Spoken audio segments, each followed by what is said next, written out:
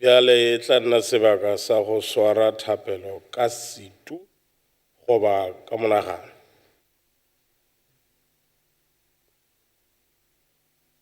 Le ka dula fatshe.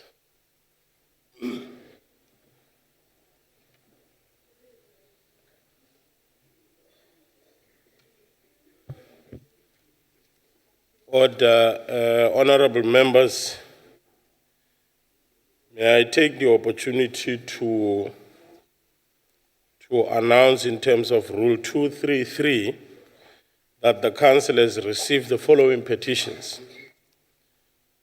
Petition requesting assistance from the National Council of Provinces regarding the alleged failure by the Council of the Eden District Municipality to engage the affected communities in the processes of leasing out the ancestral land within the municipality's jurisdiction from Mr. Hermanus Bachis on behalf of the Gabakwai community of Oudtshoorn in the Western Cape.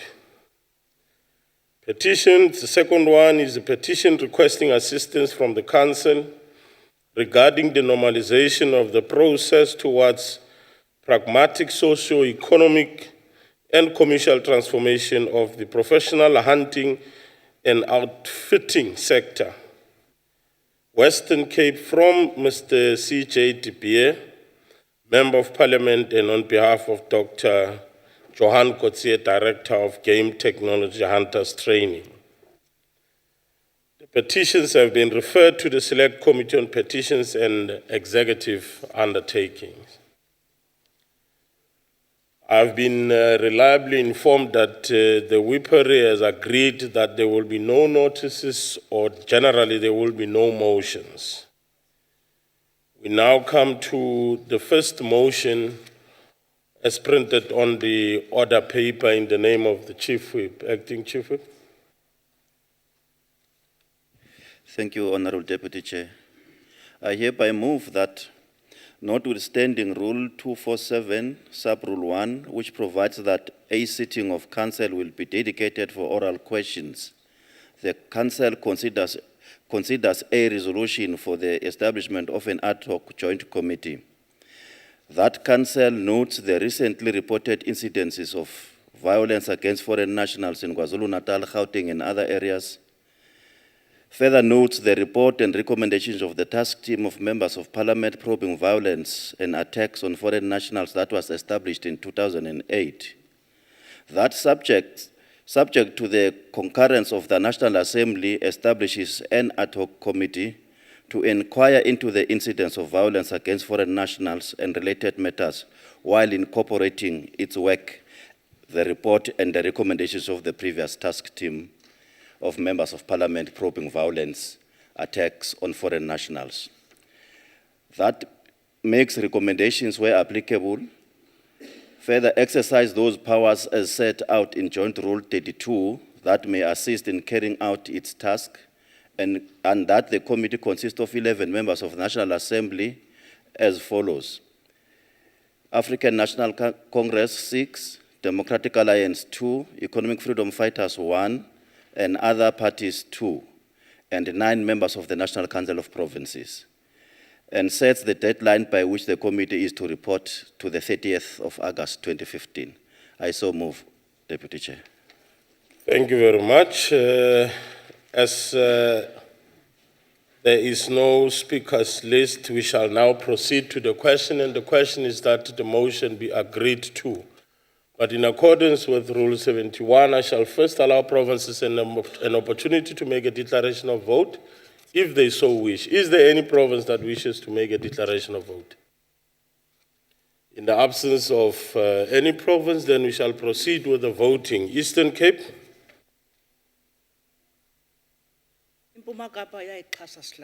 Free State? Free State agrees. Gauteng? Gauteng agrees. KwaZulu-Natal? KwaZulu-Natal yasamukela isiphakamiso sokubeka kwekomiti lesikhashana sihlalo. Limpopo?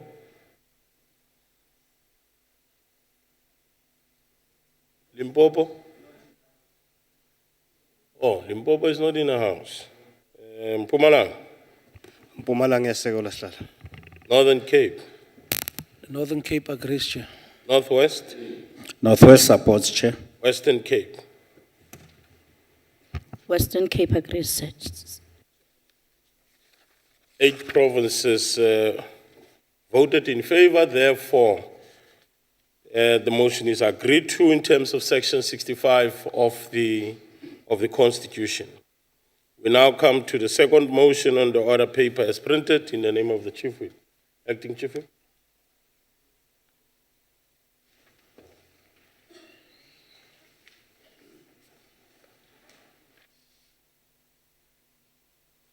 I have to apologize, Deputy Chair, I do not have the second motion with me.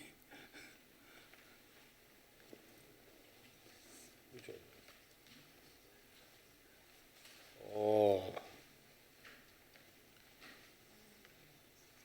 No, may you just move, because you know what you did, Acting Chief Whip, you read both of them at the same time.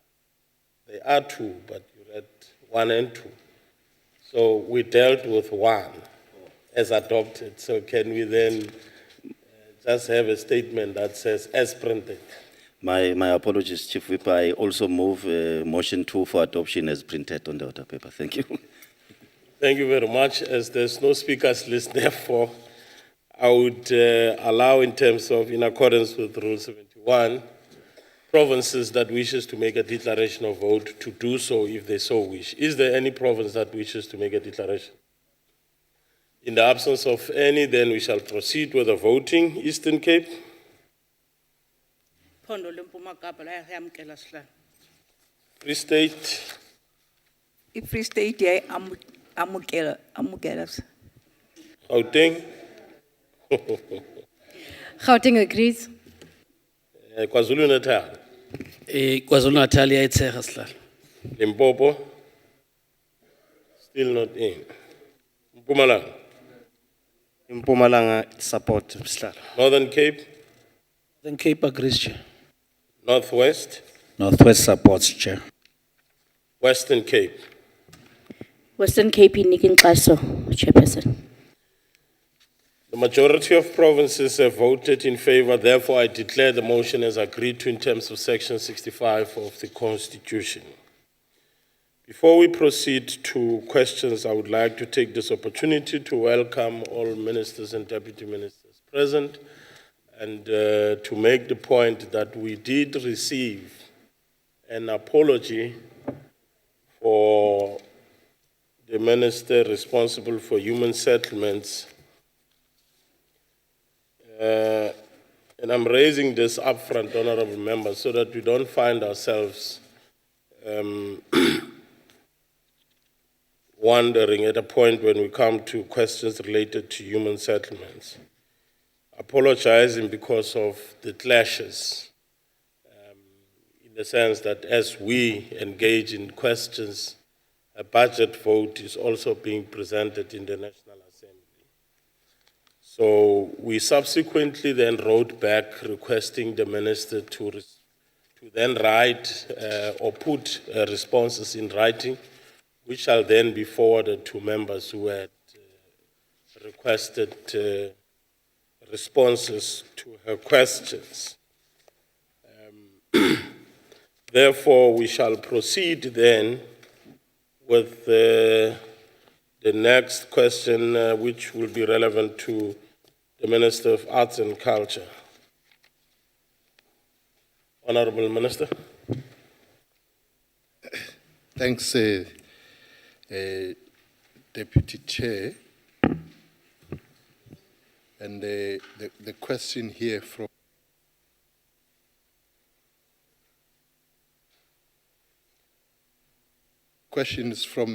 Honorable Member Zwane, and the response to the question is the following. A number of campaigns that have a direct impact on development of national identity and promoting social cohesion have been launched, which amongst others are the following. 1, my department has championed the South African Heart Campaign aimed at strengthening social cohesion through providing a platform for dialogue on the shared values in our society. Promotion of such as the magnificent Friday campaigns, in which South Africans are encouraged to wear the colors of their national sporting teams and anything which is South African around those days. Also, the commemoration of national days, which in the main are a symbol of unity and identity for all of us as South Africans.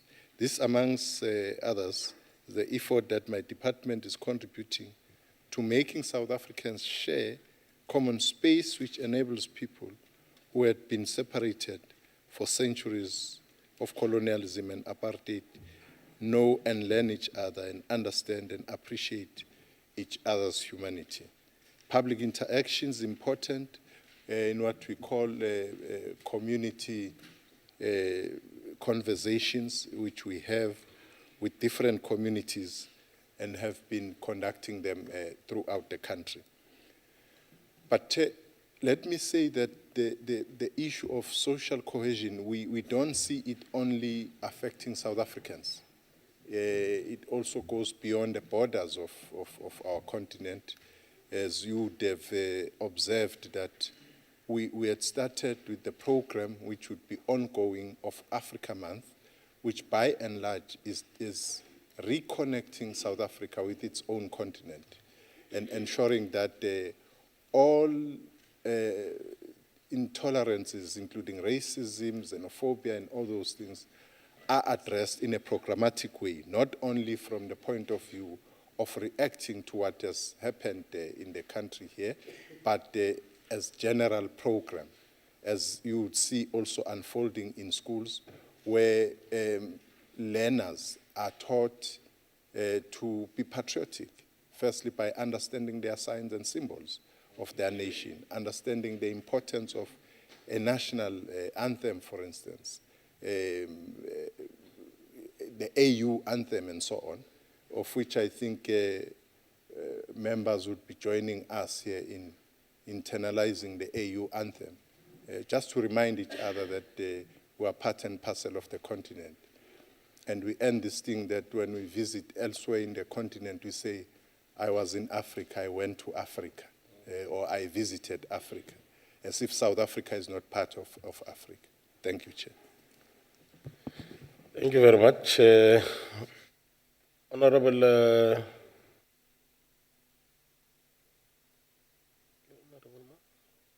Zwane. Angibonge kakhulu sihlalo wendlu. Ngibonge kakhulu uMqongqoshi ngokuphendula kahle ngendlela eyanelisayo umbuzo ebengiwuzile egameni likaZulu Natal.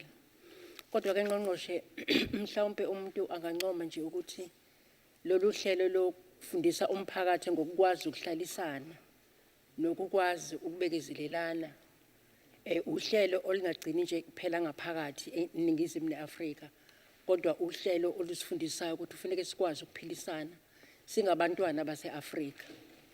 Ngifisa ke ukuzwa uNgqongqoshe ngimzwe ephatha udaba olubalulekile lwe-anthem yase-Afrika, national anthem yase-Afrika as a continent, ukuthi mhlawumbe inhlelo zikhona yini eminyangweni wakhe ukuthi leyo anthem ifinyelele nasezikoleni, bathi befundiswa i-national anthem kodwa futhi bafunde le anthem yase-Afrika, hayi ezikoleni kuphela kodwa nakwezinye inhlaka zomphakathi. Ngiyabonga sihlalo. Honorable Minister. Well, thanks, Chair, and thanks, Honorable Member. The program, Africa Month program, is a program which runs throughout the month. We started on the 2nd of the month until the 31st of month. It is a program which is trying to remind each other and educate our society about who we are.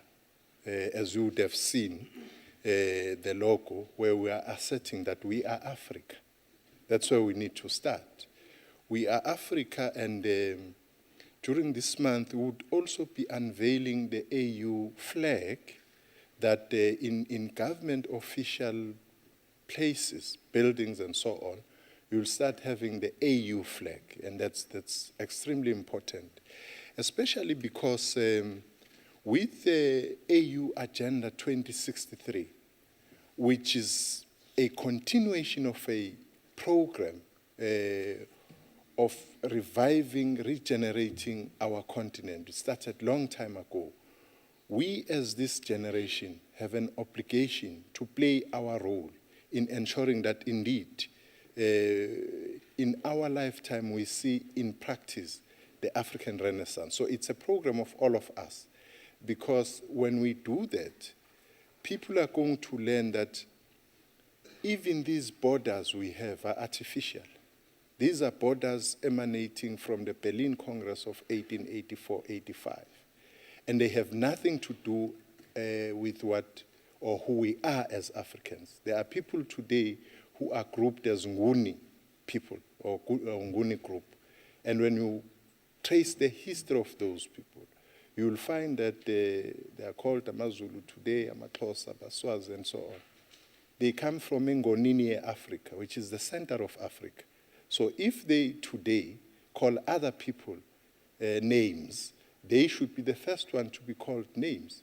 Because when you engage with them, they will only tell you about who their fathers were, who they were grandfathers and mothers. But beyond that, they are not going to be able to tell you. And therefore, it means that as members of parliament, we've got to start writing our story and our own family stories, who we are and where we come from. We trace that, we'll find that most of us are not the foremost indigenous people here in South Africa. Thank you. Thank you very much, Honorable Minister. Honorable Chair. Thank you so much, Chair. And thank you, Minister, for your response. You indicated in your reply, Minister, that the campaigns that you lead through your energetic department are in the main expected to do what we call the creation of shared values. Also, that find expression in the commemoration of our national days as we go along to ensure that social cohesion is then therefore assured in South Africa. Would you agree with me if I safely assume, Minister, that national identity and social cohesion in South Africa does not in any way seek to undermine what we seek to do in terms of Agenda 2063 of the AU as we move forward, that we don't seek to generate a perception that says national identity is more important than what we seek to do generally in the continent? Thanks. Honorable Minister. National identity is important, but we are Africans, first and foremost, before we are South Africans. We are part of the global nations. So therefore, we can't be looking at who we are as South African as if we are divorced from the entire globe. And we do this with a firm commitment to Pan-Africanism, which agenda started long time ago. If you would follow your history, you'd remember that after 1884, the scramble of Africa, 1884, 1885, some leaders emerged to challenge this situation, this scramble of Africa. And it is important that all the time we remind ourselves who we are and where we come from.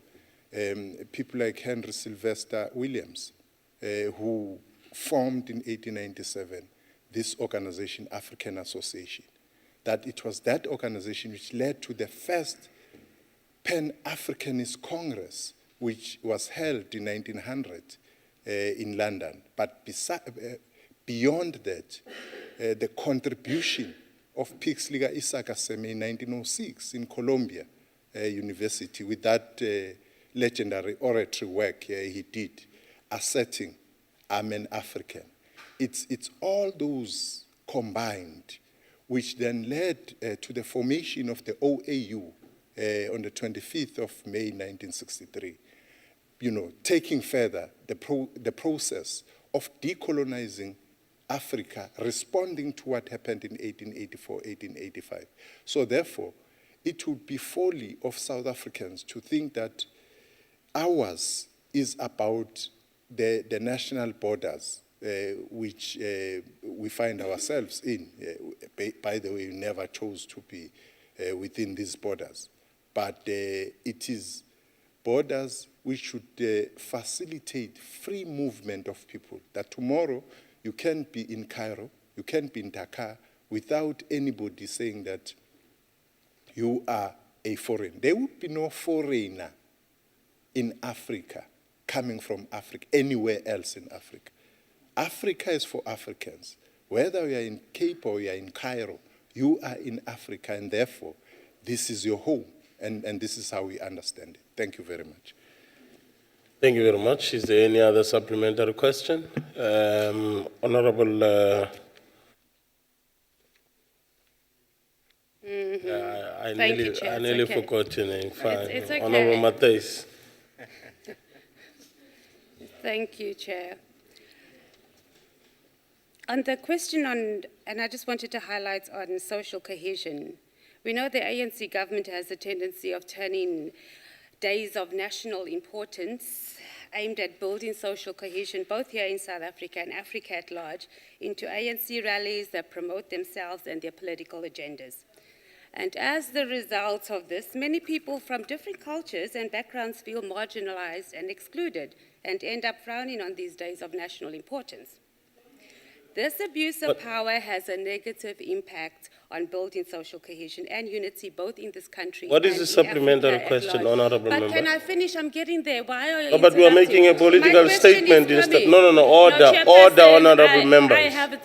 I Order. have 2 minutes to have a question, and you interrupting me while I'm I'm asking trying my to find question. out whether what is No, the you're not even supplementary letting question. me finish. The question is on social cohesion. So there is a question coming. If you let me Can finish, we I'll get do the that. supplementary question, honorable member? You don't interrupt ANC MPs when they're busy, give wrong preambles. There's not even a follow-up Honourable question. member. But every time EFF is here, you want to interrupt when we're asking Can you questions. ask a supplementary question? I am trying to. It's a build-up for you to understand. Now, what is the department doing to make sure that programs that are aimed for national importance are not abused to further the political objectives of the ruling party, and that they truly promote social cohesion and unity both here in this country and in South Africa, in Africa at large? Are you happy now, Chair? Thank you very much, honorable Glad. member. Honorable Minister. Thank you. I know of no national day where people were excluded. Whenever there's a national day, we are just from the Freedom Day, we announce publicly. And we've never said that we want people from the ANC or PAC or IFP. We would very much like to have EFF people coming into the national commemorative days, because they are part of South Africa. So, no, we can assure you that you would really be. And by the way, this can't be true, because we have had national days and we have had leaders from different parties coming to those national days. They've never been excluded. And in some instances, they will speak in those national days. So we should not tell half-truths of what is happening in our country. Let's say that you have this love, this wish to come to the National Day commemoration. You are welcome.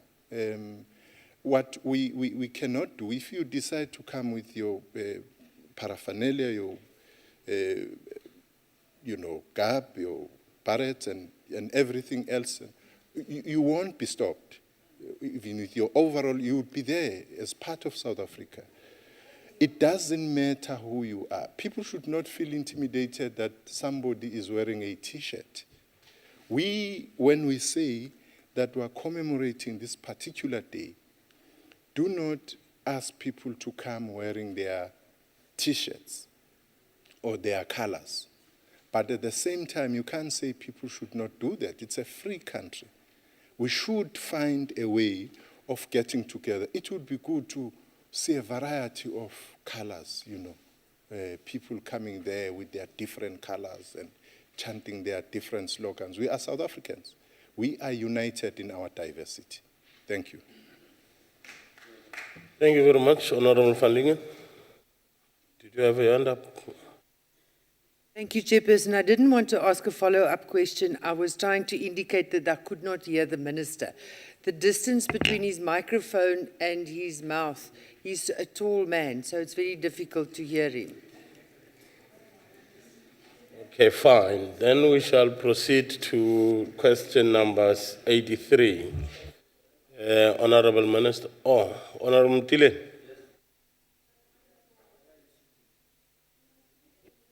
That's what I said, Honorable Mtile. Thanks. I just want to ask the minister if maybe it's not confusing this social cohesion and political cohesion. Because here, Honorable Mateus was asking if the ANC, why is the ANC turning these events into marketing themselves instead of making sure that they actually do these occasions to improve or maybe to inform the community of what is actually all these activities are about. So the simple question is, why is the ANC turning all these activities into ANC activities instead of them being community activities? Thank you. Honorable Minister. Let me repeat, Chair. When we hold national days, we hold national days as government. That the ANC happened to be the governing party is neither here nor there. We organize these things as government.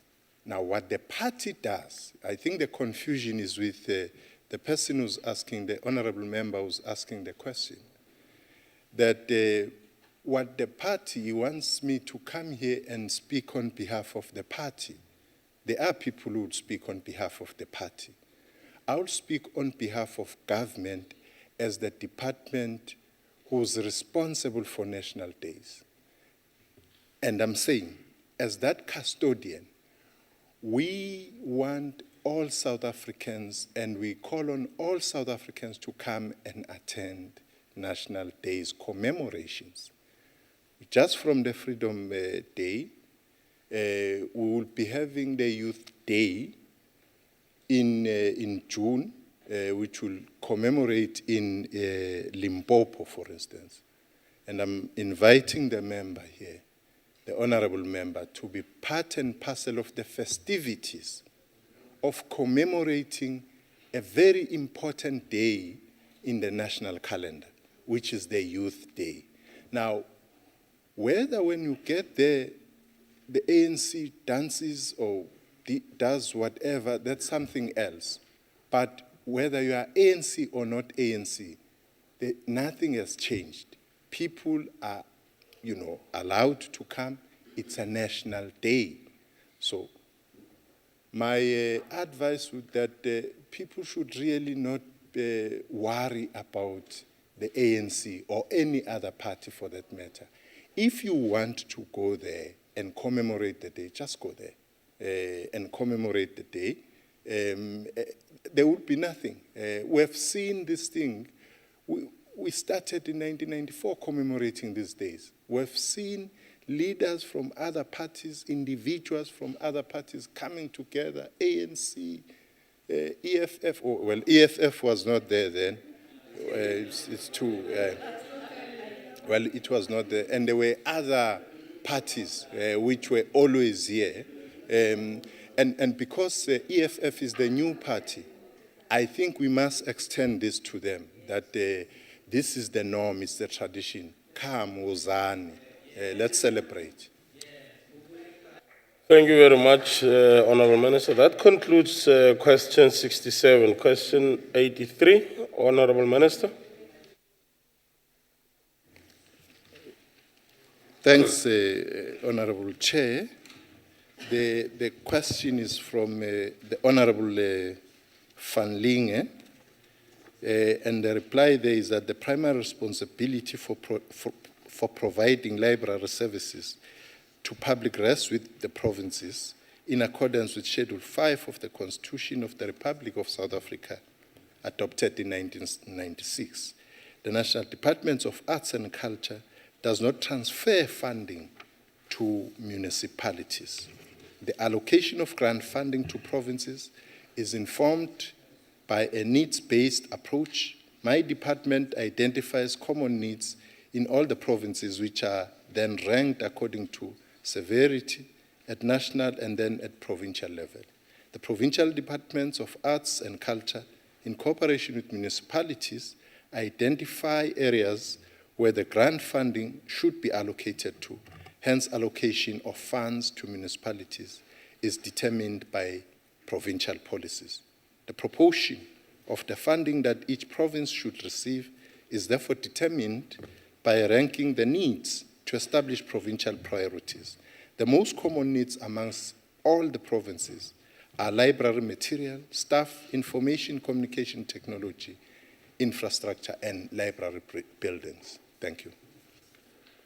Thank you very much, Honorable Van Lingen. Thank you, Honorable Chairperson. I did suspect that the Minister would say this is a Schedule 5 function. However, Schedule 5 is a concurrent function. It's not just a provincial function. And I have experienced a problem with dumping of, at the end of a financial year, where funds are just dumped with municipalities and there's no follow-up being done and there's no checking being done. And this is really a concern because, for instance, Koga got an award for the best spent library recipient, but we don't know whether they received all the money.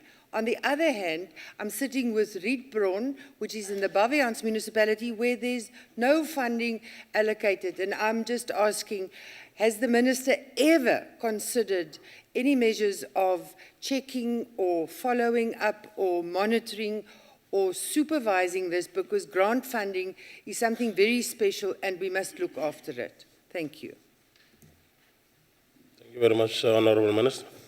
Well, thank you, and thanks to Honorable Member, firstly, for recognizing Schedule 5, which is important. We need to say that the specific matter about dumping, I think really would be as concerned as she is. Most probably, there would be steps taken by herself to really raise this with the necessary authorities. We depend by and large with other spheres of government on intergovernmental relations. That whatever is happening, whatever other spheres of government's powers are, and whatever programs we do in collaboration, it would be from a point of view of cooperation with them, respecting their own specific needs at that particular level. If it's a province, the provincial level; if it's a local government level, it's municipality, and so on and so forth. But where the Department of Arts and Culture has contributed, surely from the point of view of accountability, we would want to know, and we do follow up to know what really is happening. But as I said, at the end of the day, that particular province is the one which will know what its priorities are in each province we are working with. Thank you. Thank you very much. Is there any other member that wishes to make a supplementary? Honorable Mtilin. Let me pose this one to the Minister. Most of the municipalities in the country, are infested with corruption and maladministration to an extent that the majority of them are dysfunctional. This is the reality of the situation in our country. And the ANC-led government has horribly failed to fix these problems and challenges in local government, which continue unabated. Just one question to the minister. Mr. Minister, do you have any monitoring mechanisms in place on how grants allocated to libraries in each municipality should be accounted for? And maybe a thorough explanation on that one. And number two, what guarantees do you have that these grants allocated to libraries will have a positive impact in our communities? And maybe lastly, what is the percentage of the total grant allocated to small and rural municipalities? Thank you. Honorable Minister, let me leave it to you. Well, let me say to the honorable member, he started by making a broad statement, which is really would be helpful in future to specify what the member is talking about. Because anecdotes and hearsay sometimes are not helpful. You see, when we are confronted with facts about a particular situation, that's much better. But as we said, the provinces play a critical role here when we give the grant to province.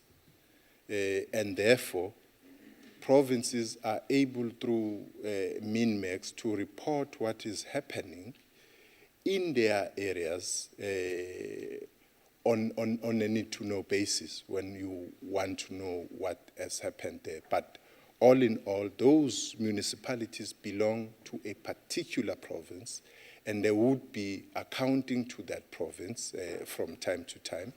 And as I said, that if national, you can imagine how many municipalities we have throughout the country, that if a national department would be going around to municipalities, where would you start and where would you end? With that intergovernmental relations we have with the provinces, that's the level where we interact. We don't necessarily go around to municipalities and interact with municipalities as arts and culture. Thank you.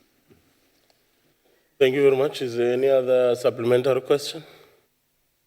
In the absence of any, then we'll proceed to the next question, 46, by Honorable Kaila.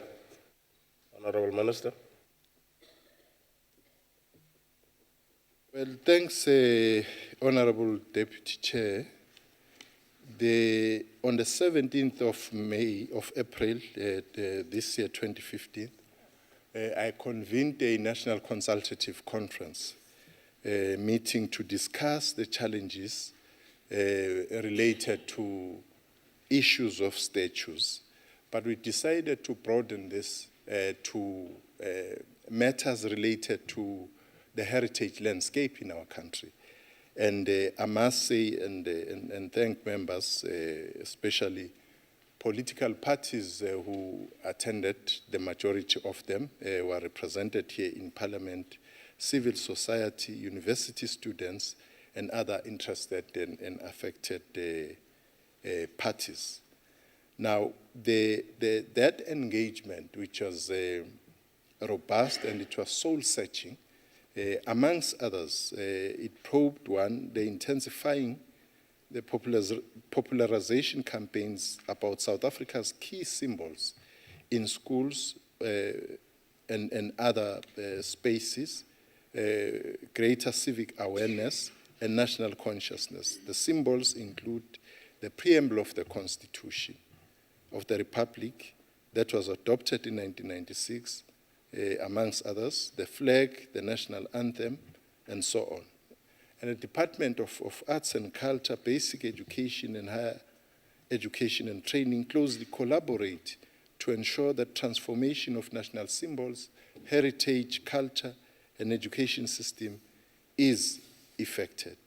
It also said that we need to review the existing laws to test their adequacy and appropriateness in responding to the current need for accelerated change of current heritage landscape dominated by colonial and apartheid symbols.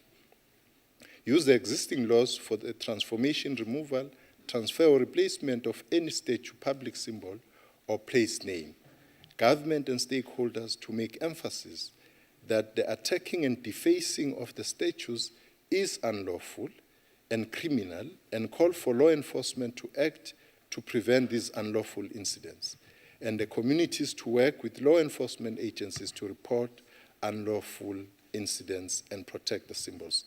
The creation of special purpose or the task team to assist with the conceptualization, implementation, and monitoring, as well as impact assessment of a rapid process of transformation of the heritage landscape in our country. And I have identified these members of the task team, most of whom are experts in the field of heritage, who would be undergoing this process of accelerating the transformation process within the heritage landscape in our country.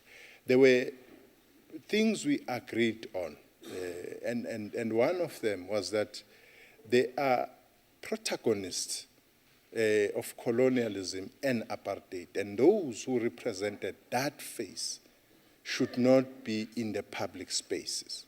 So we should find a way of, taking them away or removing them from the public spaces. But we are also exploring the theme park, where we'll have almost all the statues, good or bad. Some would be telling the story of South Africa and most of the story of where we come from as a society. But where we are going to would be catered for in the National Monument, the process of which we started last year, where you will have statues like we have never had it anywhere else in the world, depicting the evolution of our society from the pre-colonial era to our liberation in 1994, represented by different leaders in different epochs in the evolution of our society. So that is happening, and we'll continue on that because it's quite important to emphasize the point that you can wish away history, but you can't erase history.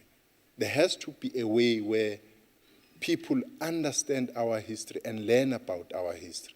So that distraction is not going to help, because the future generations would want to know the face of the oppressor, and you'd have denied them an opportunity to understand how the oppressor looks like.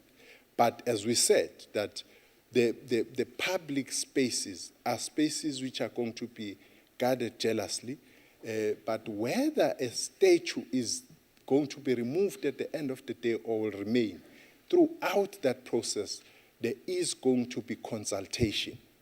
Consultation with people who would have a different view about a particular statue, So that process is continuing. But we are saying, let's broaden it. Let's broaden it to include the entire landscape, heritage landscape, because there are name changes, the geographical name changes and so on, which also are part and parcel of the heritage, the buildings and all other things. People want to,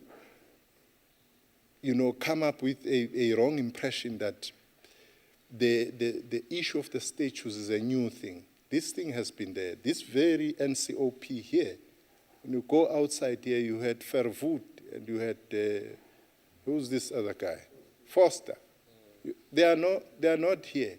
But even as that process unfolded, there was consultation. This was 1994. 1994 already. So This is not a new thing. All what it says is that let us deepen dialogue on the matter, and where we need to act, let's act, but through dialogue. There's no other way. Thank you. Thank you very much, Honorable Minister. Honorable Kaila.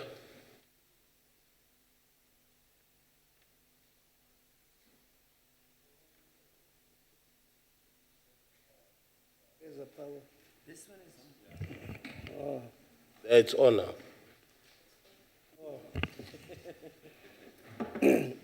Masibulele ngqongqoshe. Impendulo yakho inhle kakhulu. Sifuna uzibona silento kuthiwa iBanana Republic because uhlekwa uMzantsi Afrika wonke. Into zifuna ukwenziwa ngendlela eright. Enzela ubana ikhantri ibe nesidima. Now, umbuzo ngilulandelayo. Nozokwenza lento lena minister. Ungaba ezinye iparty ezinazo zizoba involved na? Are you going to involve the other political parties? Because it's about South Africa. When you're going to decide about these issues, will this involve the civil society and other parties? Because it's very important. It's about our country, whether you've belonged to to any party. Thank you. Thank you very much, Honorable Minister. Absolutely, Honorable Member. In fact, beyond political parties, because our lives as a society is not only political. You'll have cultural activists, you'll have all other people. But the Honorable Member is quite correct. That is why, from the very beginning, we ensured that no party, starting with parties represented in Parliament, both the NCOP and the National Assembly, no party would cry foul that we were not consulted. We called everybody because it is our obligation to do that.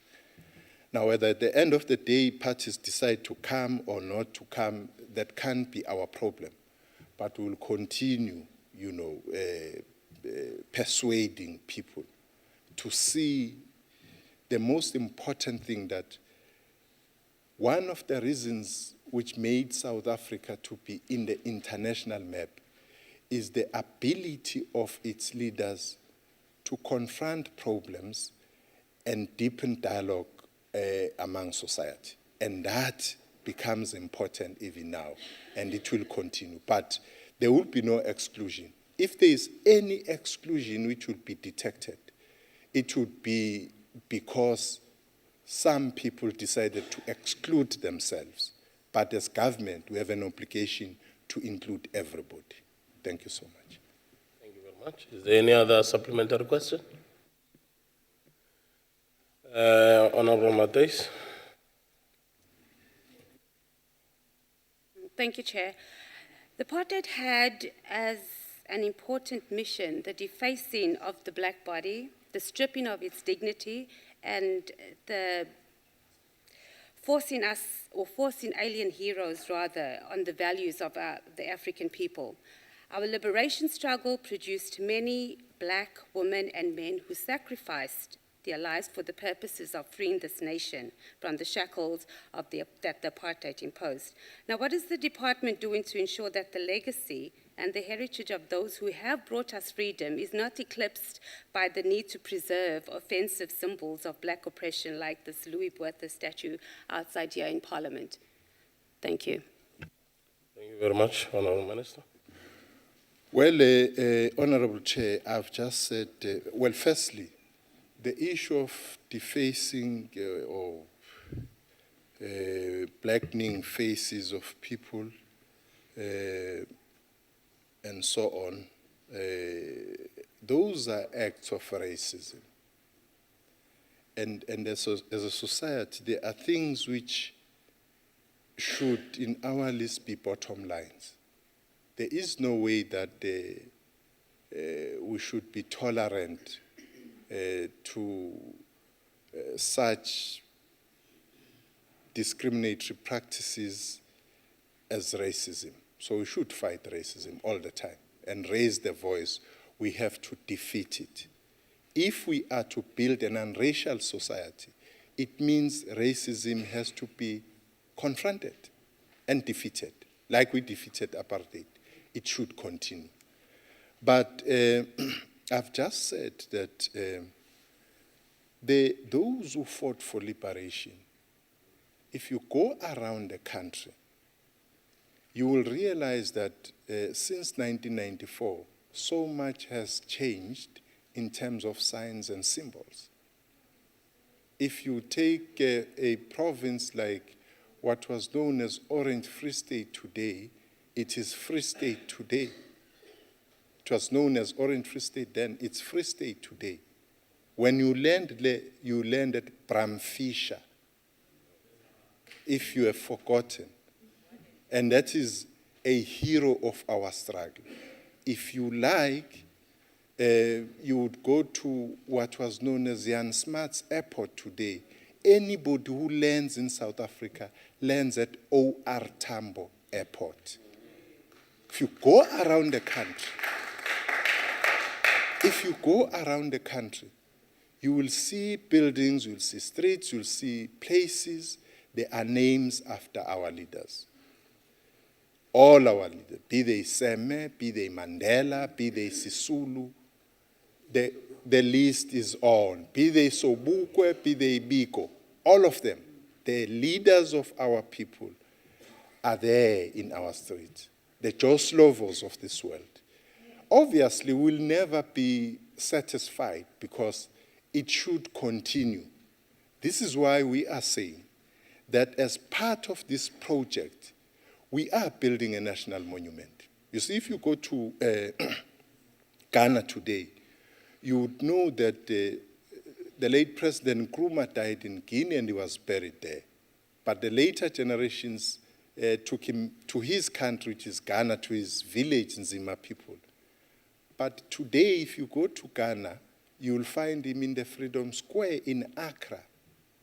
And that Freedom Square is a contribution, a respect, a monument for the contribution of leaders like Nkrumah did.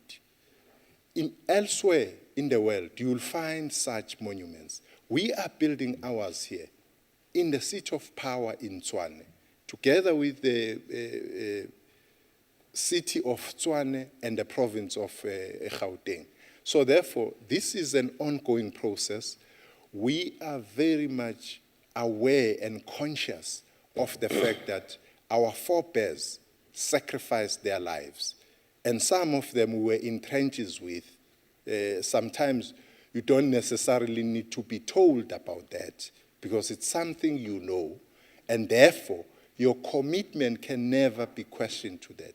When people say, no, speed up the process, it's well and good. We'll do that. And as we do that, we take into cognizance that we have policies, we have legislative framework, we have chosen a particular path as a society, a path of reconciliation. We should not be confused with capitulation, because what we are saying is that we should forgive but never forget. Now, what people want to destroy everything here, want us to forget where we come from. And we would say no, that the laws of this country would not allow that. Let's not forget where we come from so that we don't repeat the follies of the past. Thank you. Thank you very much. Is there any other supplementary question? Honorable Mtileni. Mr. Minister, we still have statues of some black leaders of the defunct TBVC states or homelands, which are still lying there in most parts, of our country. Are you going to keep those statues because they are the statues of the black fellows, even though they were constructed during apartheid era? Or are you going to, remove them? Or maybe your aim could be that you're leaving it to the community to deal with that matter. Thank you. Honorable Minister. Well, you see, those fellows you are referring to from the TPVC states, as you say, are not different from the fellow who was at the UCT. What it means is that there are laws in the country. The National Heritage Resources Act is there, passed in 1999. And if you follow it, is that there is no statue, there is no building or symbol which cannot be applied for removal or for whatever, including those ones. Now, government does not apply for that. It's communities where people are who do those things and apply to government. And even not directly to government, but to agencies like the National Heritage Resources Agency, which is responsible for the implementation of the Act itself. Well, people are welcome. They can, apply that, this fellow did ABC, and therefore having him here is offensive. And then the thing would be processed. So there wouldn't be a situation where institutions of state would say, no, you are applying for this particular person, we are not going to, will ignore your application. They would be violating the law. Everything would be looked into in its merits and so on and so forth. But it's not necessarily the Department of Arts and Culture. Our role here comes when everything else has failed. And if somebody is appealing against a decision which would have been taken by the National Heritage Resources Agency to say that, no, but we don't agree with this particular decision, then we come in there. But if, Honorable Member, we have seen some faces which are offensive to you in your community, you have all the right to apply for their removal or whatever. Thank you. Thank you very much. Is there any supplementary question further? In the absence of any, we shall then proceed to the next question, which is question 102 by Honorable Groenewald. Honorable Minister. Well, it's the same question, Honorable Chair. It is about statute, but as we said, we are looking broader than the statues. We are looking at the entire landscape. How do we ensure that whatever you do involve archives, geographical name changes, and so on and so forth? And I think we have responded to this question, but would be open for any follow-up on the matter. Thank you. Honorable Groenewald. Honorable Chairperson. Yes, I want to know from the Honorable Minister, new statues and heritage sites, how are you going to treat them and protect them and commission them at the end of the day? Thank you. Honorable Minister. Naturally, these sites should be protected by their communities, naturally. But we have seen, some defacing and so on, which is something we have, interacted on with the security agencies in the country. But naturally, if you go to Soweto today, there is a museum here, Hector Peterson Museum. And there are all sorts of things, including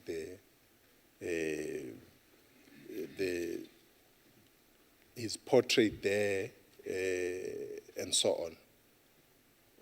And that community is the protector of that museum. That museum is not, there's no security there, there's no protection and so on.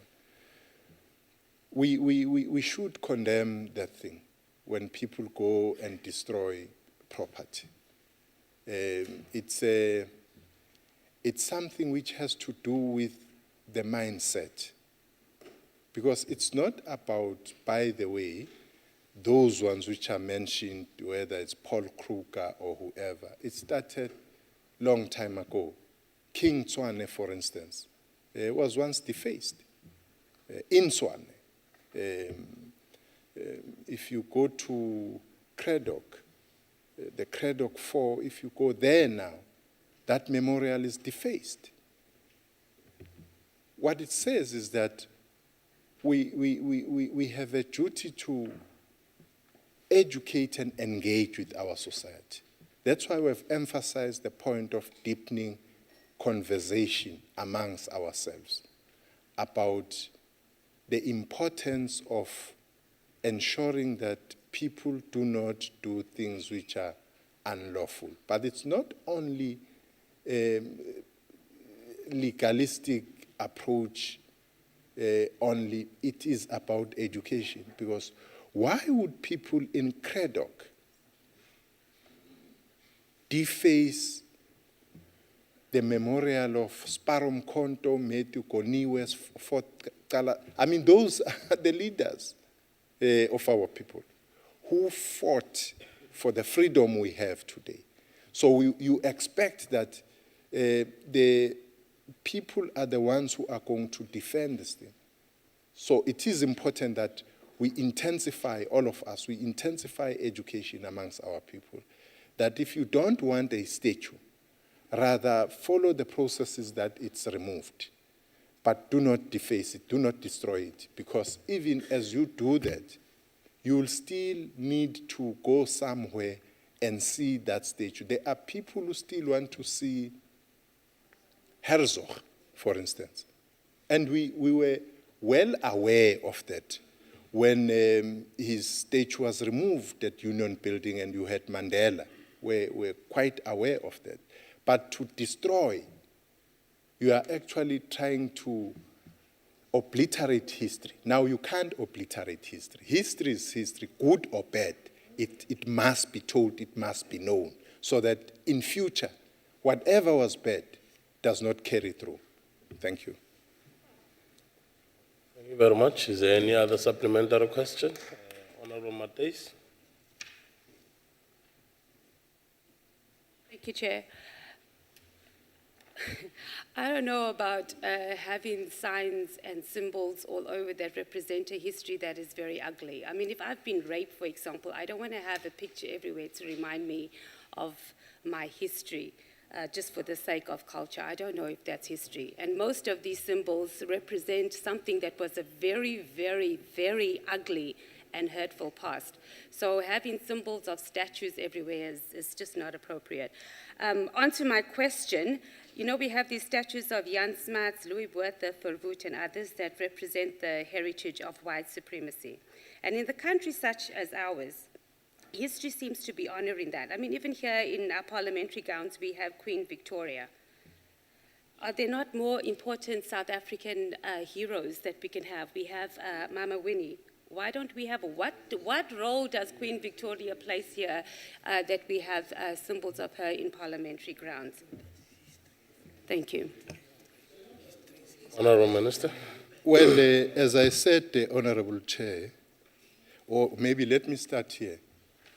Whether you want to be reminded about history or not, history is history. You are going to find it. You can try and bury your head in the sand, but it is important to learn from history. If history doesn't teach you anything, it's not worth it. It has to teach you something. So therefore, the argument that because this particular person was an oppressor, nothing should be said about that person is really not going to be helping anybody. What you would say is that occupying public spaces by offensive statues and symbols, that's something else. In fact, I did say that in the consultative meeting we called, this was one of the resolutions, that those ones which are offensive, the protagonists, should be removed. And as we speak now, we are in the process of looking at what we call theme park. having shared with other countries like Hungary and so on, we have seen that you would need a particular place for particular statues to be kept there as a theme park, which will still tell the story. Whether it's a bad story or a good story, it will continue to tell the story. But I did say also that when it comes to statues or symbols or even names, there are names which communities feel should change. And those names would change if the process is followed and on the merit of each case. It's not a general thing.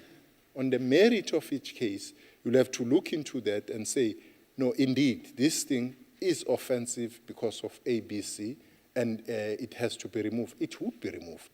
That won't be an issue. But honorable members should actually help to discourage people to really take the law into their own hands, because that's where the problem is. The law does not, deny you. You are not denied by the law to apply for anything. But to say that because you feel angry when you see this particular picture or statue, then you have to destroy. No, those things should be discouraged, especially by members of parliament. Thank you. Thank you very much. Is there any other supplementary question? In the absence of any, we'll then proceed to the next question, which is question 76 by Honorable Kaula. Honorable Minister. Well, thanks, Honorable Chair, and thanks to Honorable Kaula with the question he has asked here, a very important question. We have programs, and one of them, which is aimed, Honorable Member, at achieving social cohesion in our society, is championed by the advocates of social cohesion. Just before this upsurge in xenophobic attacks, which happened and started in KwaZulu-Natal this time around, we had visited the community where you have these tents, marquees, where foreign nationals are, through what we call community conversations. We've been conducting this for the past years in different communities, precisely to forge social cohesion within our society. And these eminent individuals in our society who are these advocates, whose chairperson is Judge Mohoro, and other eminent individuals in our society, they've been going around the country to particularly implement this program and interact with communities to ensure that those intolerances like racism, xenophobia, Afrophobia, whatever, are dealt with in our communities. But besides that, as we said earlier on, part of the reason why we conceived of the Africa Month program was precisely that. As a proactive program to emphasize our Pan-Africanism as South Africans, to emphasize unity amongst Africans. And this program, Honorable Chair, is aimed at doing just that. And we urge members of society and members of parliament to participate. Over and above that, government has developed an integrated program to look at whatever gaps are there within the system, but broader in society. You know, this latest outbreak took place in Isipingo. And it wasn't a mistake that it happened in Isipingo, because just before it broke out, you had a number of people who were fired, particular company, local people, and were replaced by foreign nationals. We see this everywhere. If you go to the agricultural sector, you find many people who are employed there are foreign nationals, and they are nationals. So we've got to, at the hospitality industry, and so on and so forth. All of us have a responsibility to look into this issue from all walks of life and say, what is it that our sector is contributing positively or negatively in ensuring that there's harmony amongst all our people? Thank you, Chair. Thank you very much, Honorable Kaula. Ngiyathokoza kwiphini likaSihlalo ngethuba. Ngithokoze mhlonishwa uNyambosa. Ngiqale ngokuthi ngiphindele emva kancane ngisho nokuthi ngithe ukuphoxa kancane. Umubala amaqhawe omzabalazo wase ukhohlwa la uphekelwa khona. Ama consequences aloko kungase kube ukuthi ulala ungadlile namhlanje. Honorable Minister, I want to refer to the image of the country that was dented by this kind of activity. I also would like to say that it also impacts very negatively upon the economy of the country, not just inside South Africa, but even outside the country, because of the kind of economic activities that go on between South Africa and the rest of Africa and the rest of the world. In fact, yesterday, in our Select Committee on Economic Development, the department, making a presentation, gave us the figures that we have got close to 169,000 South Africans employed due to the business activity that is between South Africa and Africa. So that is the kind of danger that is there. Now, when these programs take place, they focus mainly in the big cities, like you are saying. The focus in KwaZulu-Natal is eThekwini, Sipingo, where these things started. The focus in Gauteng is around Soweto, etc. Now, when these people are there in Sipingo, when they say, I'm going home, when it is the festive season, they mean back in the rural areas. When they say during the Easter weekend, I'm going home, they mean back in the rural areas. And there in the rural areas, you have as many foreign nationals as you would probably have in the cities. What programs do you have as government to ensure that even when these people who are brothers and sisters who are there in the cities because of work opportunities, that when they get back home, the situation is as normal as you have normalized in the cities? Because if you are going to focus in the cities... Can you conclude the question, Honorable Member? When they come back home in the rural areas and these programs have not filtered down, we might still have a continued problem. Thank you, Honorable Chairperson. I hope the Minister took note of the fact that Honorable Kaula even said South Africa and Africa are doing business. No, I thought ngimuzwa ngedwa. Chair, kana umzwile, you've heard him. No, the issue about the image of our country is an important one, but it goes beyond the image. It goes to the heart of who we are, our identity as Africans. That it's us who brought to the world the spirit of Ubuntu, which is mainly about caring and sharing amongst humanity. So it's quite something which we need to work together.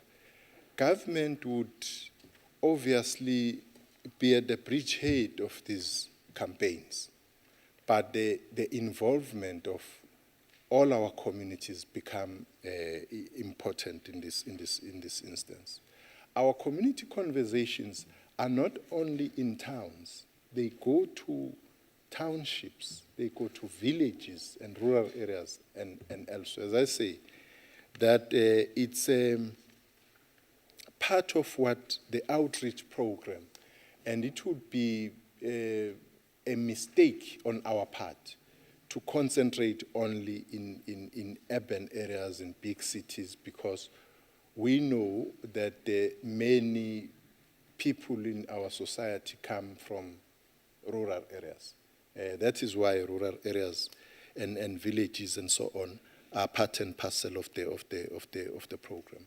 So that exactly what the honorable member is saying is achieved, that you normalize the situation everywhere, in areas where uyakhona uyofuna itoho njengawe nje baba Kapesi, nala uyakhona usuye ekhaya.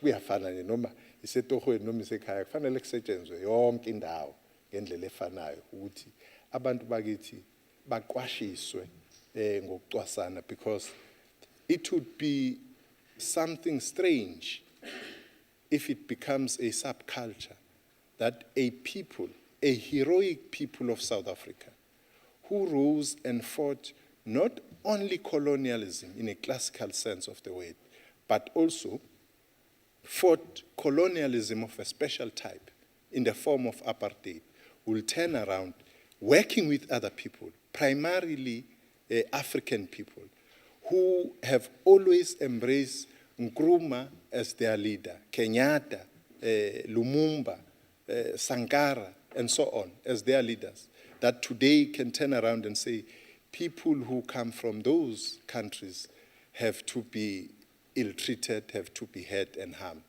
It is a matter of obligation of society to say, no, this can't happen in our name. But we must also say that whilst that has happened, the true colors of South Africans were immediately seen when the entire society rose and said, no, this is not us. The correct picture of South Africa is that South Africa is a caring and sharing country. South Africa belongs to all who live in it and united in our diversity. So I think that we should criticize what happened, but we should also encourage South Africans and say that they always rise at a critical moment. What we should fight now against is that this thing should not rear its head again. As we are still fighting even now on the issue of the color line in our society, we should continue fighting other intolerances as well. Thank you. Thank you very much. Is there any other supplementary question? In the absence, okay. Honorable Kaila and Honorable Tilen will follow after Honorable Siyabulela, Ngqongqoshe. Namu, Ngqongqoshe, let me join a call in condemning the violence. But ubani uyayiqaphela le violence, isikakhulu ngabantu base-Afrika ababethwayo. But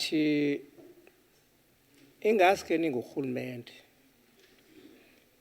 yona ingxaki ikhona, but loo ngxaki ayithi makubekho i-violence. Yabona ubana uhamba nakweyiphi idolophu uyofumanisa ubana ivenkile zabasePakistan ziqatha abantu basePakistan, ezamaChina ziqatha amaChina. Now yinto efuna ukuadreswa leyo.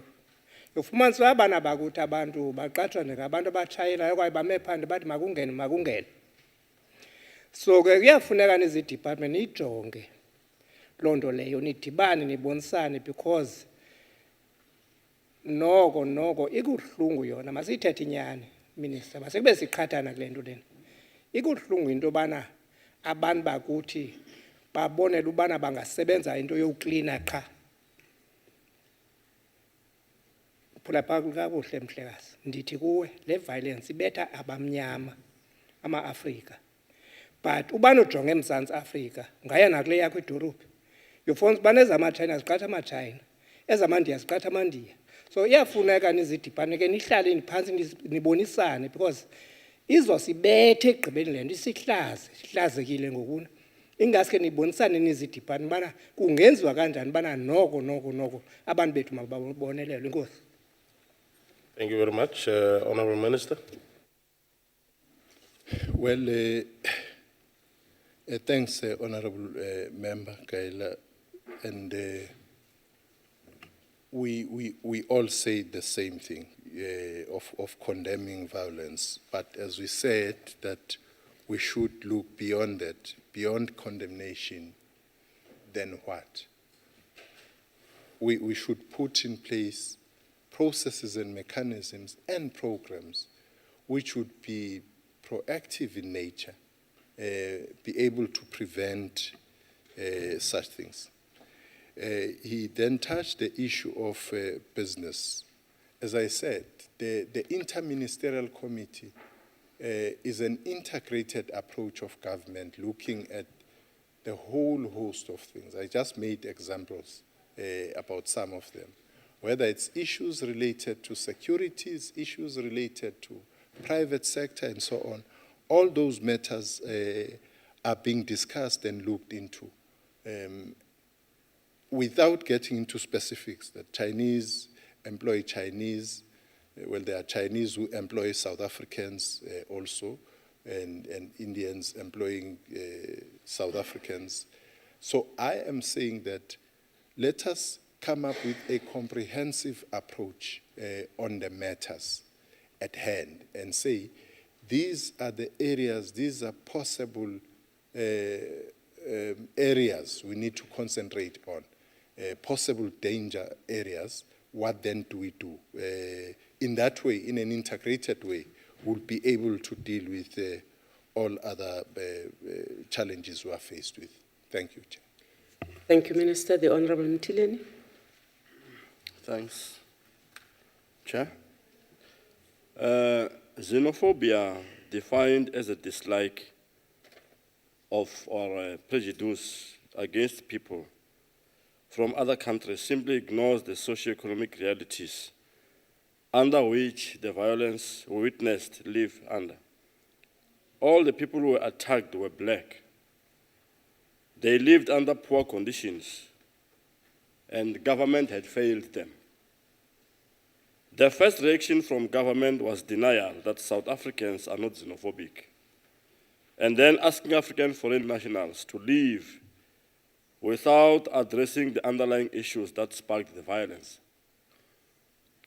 Then, Mr. Minister, what were the underlying issues from communities that sparked the violence? And have those been issues resolved? And lastly, the subsequent raiding of black people, asking them to produce their documents in KZN and Gauteng, are reminiscent of apartheid and criminalization of the black person. Is this a systematic Afrophobia from government, rather than addressing the lack of coherent migration policy? Mr. Minister, thank you. Thank you, Mr. Minister. There are two supplementaries there. You could choose which one you respond to. The Honourable Member is supposed to make a supplementary question. Your turn, Minister. Thanks, Chair.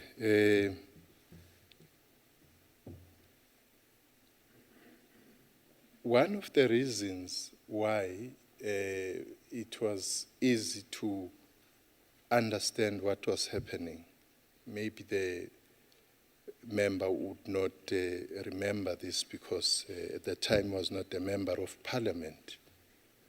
In 2008, when this violence emerged and starting specifically in Gauteng, members of parliament were part of the process of investigating the root causes of this violence.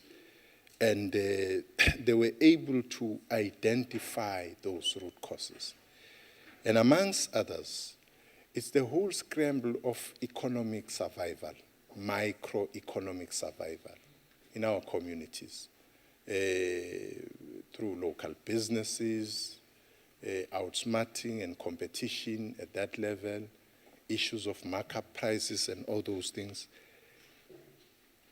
And because of that, opportunistic tendencies from some criminal elements in our society. So there's a whole host of things which you as members of parliament yourselves know what is happening. Now, this multi-pronged approach of government in dealing with this issue is responding to what has been researched, but also dealing with some of the things which have been in the pipeline of dealing with. For instance, the issue of the borderline area and the ports of entry has been one area which has been getting attention from government. That's why the establishment of the Border Management Agency, led by the Department of Home Affairs. And also looking at the legislative framework we have in the country to see whether that is adequate to deal with the problems. I don't think necessarily government has failed the people, as the honorable member says here, except to say that there are other things which have to be dealt with in our society. That the very fact that South Africa was conquered by force, to what extent have we deepened the program of shifting the paradigm, that particular paradigm, as people responded to this force as they defended themselves. But asking people to produce papers, honorable member, I can assure you that will continue. No government will allow anybody to be in his or her country illegally. And if there are illegal immigrants, there would be concentration, they would be deported. There can't be any apology about that. Because for each and every citizen in your country, you should have means to account for that particular citizen. And if somebody comes to your country, I don't care whether you are in Europe or you are in Asia or in the Americas, anybody who enters any country illegally must face the might of the law of that country. And there should be no apology about that, because if you want to open yourself up for criminal activities, for syndicates, you are going to have people who are in your country illegally, and therefore making an impression that everybody who's a foreign national is an illegal person. You would rather deal with the illegals and remain with people who are in the country legally.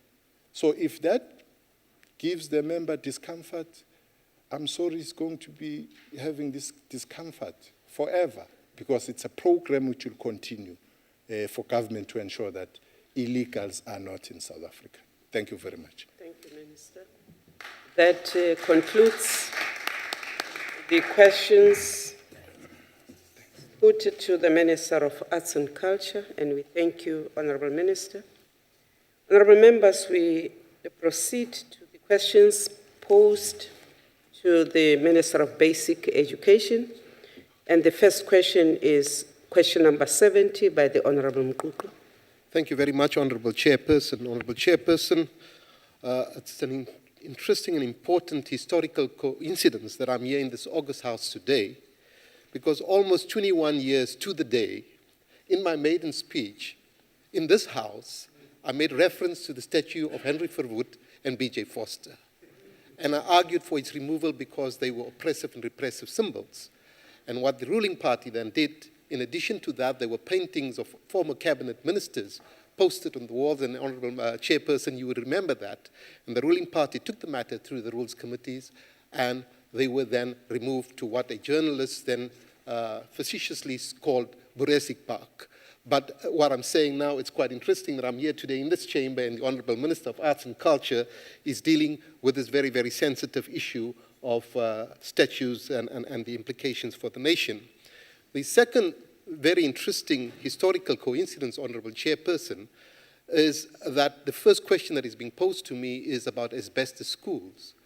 I had attended my high school in Lenasia. It was a segregated area in terms of the Group Areas Act. It was rows upon rows of asbestos buildings, and there were more than 1,000 learners over there. And just a few months ago, I was invited to the 60th celebration of that particular school that I had attended, which is now a state-of-the-art brick-and-mortar school. The asbestos has been replaced, and it's a fully integrated. It's no longer an Indian school, but it is Lenasia Secondary School, and the learner population is 70% African and 30% Indian, and everybody's happy, and there's integration and coexistence. So that perhaps is a celebration of our democracy, but also makes me proud to be here in this chamber at a time to respond to these questions.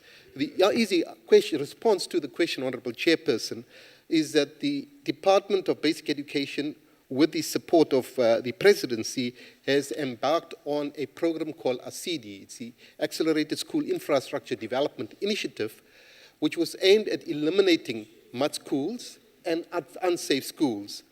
This program was launched several years ago and has been successful in all the provinces, and where the only outstanding mud schools are now in the Eastern Cape. The Honorable Minister for Health was at that time the MEC for Education in Limpopo, and he will recollect how he, under his leadership, was able to eliminate and remove all mud schools and replace them with state-of-the-art schools. So the answer to that is, yes, indeed, unsafe schools and mud schools have to be replaced, and the process is ongoing, as I have indicated just in terms of my own history. In the Western Cape, for example, the Planky schools, there's already 12 that have been replaced with state-of-the-art schools, with laboratories, ICT facilities, fully finished, extremely beautiful schools. And the beneficiaries of those schools are mainly our colored and African children in the context of the Western Cape.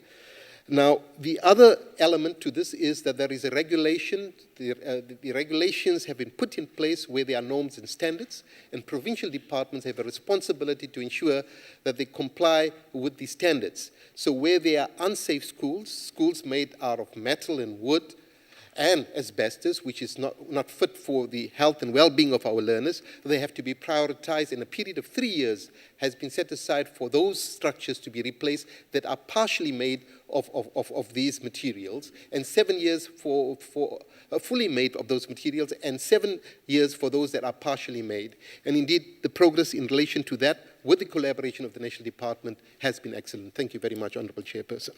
Thank you, Deputy Minister. I do not see the Honourable Mkuku, the Honourable Zwane. Thank you, Chairperson. I'm just standing in for Honourable Mkuku. Honourable Minister, thank you for the response. It is quite clear.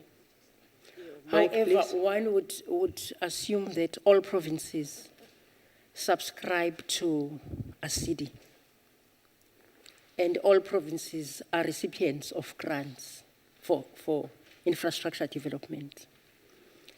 But there are reports that in the Eden District in the Western Cape, there are a number of schools that are roofed with asbestos, and it is posing a health hazard for the learners and teachers alike.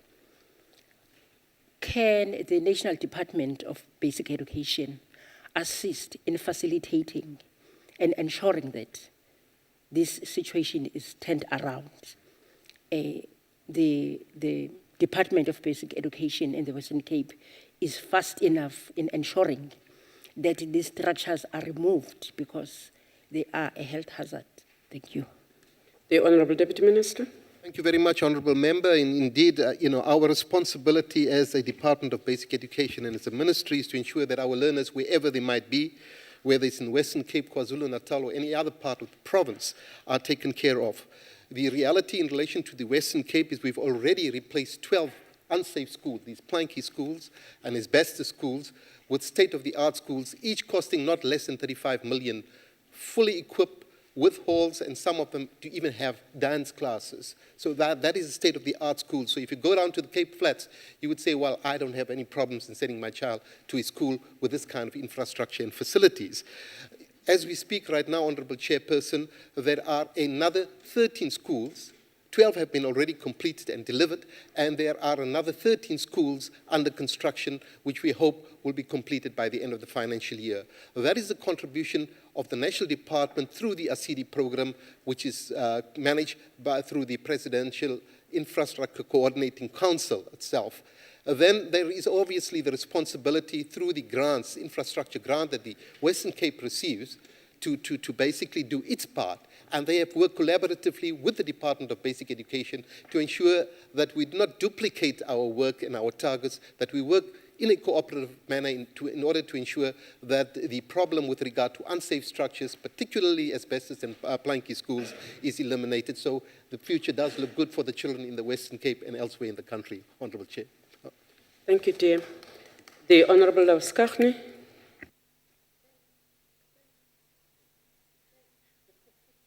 Thank you, Chair. Honourable Minister, thank you for the answer. According to my stats that I have, your department has identified 510 schools countrywide that is being built from inappropriate material. And against the background that only 107 out of the 510 schools that has been identified has been transformed since 2011, I just would like to know, will the department still reach its target in completing this transformation and in this financial year? And if not, why not? And what are the mechanisms that you put in place to fast track the process if you can't do that? Honourable Deputy Minister. Thank you very much, Honourable Member. It's quite interesting because yesterday a political party, the EFF, had indicated that we had only delivered or completed 51 schools, whereas in fact we have delivered 108 schools. And as we speak right now, more than 100 schools are in construction, under construction in the Eastern Cape alone. Bizane, for example, in the Eastern Cape has already received 41 state-of-the-art schools, just one district. Within the next 6 weeks, 4 schools will be delivered in the Free State. So we have successfully, since the beginning of last year, delivered more than a school per week.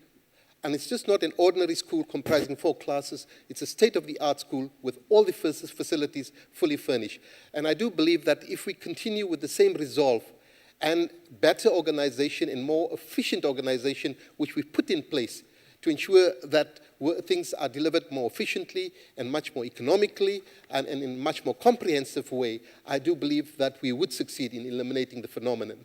The phenomenon of mud schools, for example, existed not only in the Eastern Cape, in KwaZulu-Natal, in Limpopo, in Mpumalanga, in the Free State, and some parts of the Northwest Province. It does not exist in any of the other provinces except for the Eastern Cape.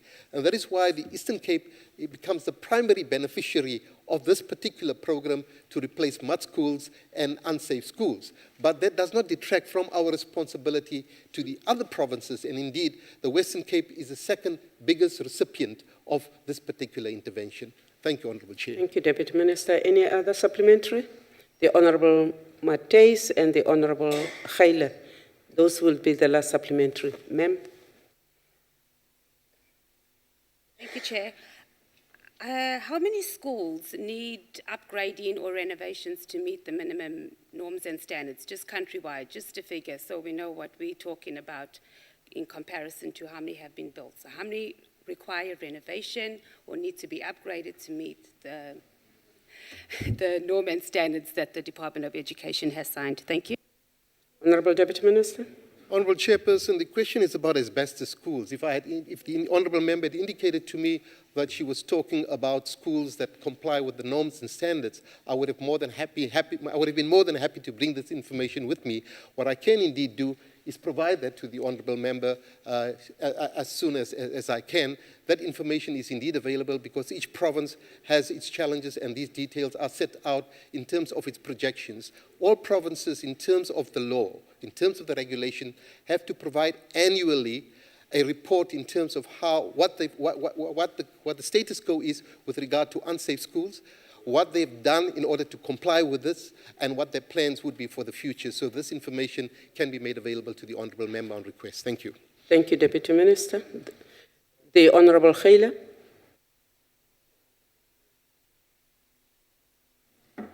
Honourable Deputy Minister, thank you for your reply. I concur with you that there are quite a number of schools that are being built through the CD program, especially in the Eastern Cape. A CD program which is being managed by TBS, is it TBSA? Yeah, TBSA. But mine is a small one. The service providers who are doing the work have got a major problem because they're not being paid in time. Can your department intervene so that those service providers are paid in time? Most of them are the emerging sector. Could you please intervene? I remember I gave a letter to the Deputy President regarding that matter. Thank you. Deputy Minister. Thank you very much, Honourable Chairperson. Indeed, if at all any evidence is presented to us that service providers are not being paid in terms of the contractual obligations of the employer, then we would make the intervention immediately. So if the Honourable Member could provide us with the information, we would be very happy to deal with the matter immediately and swiftly. Thank you so much. Thank you very much. That puts paid to the question number 70. As put by the Honourable Nkuku, we move on to question number 89. That is a question posed by the Honourable van Lingen. Deputy Minister. Thank you very much, Honourable Chairperson. It's an extremely long response, but what I'll try to do is try to distill just the key elements from the response for the benefit of the House.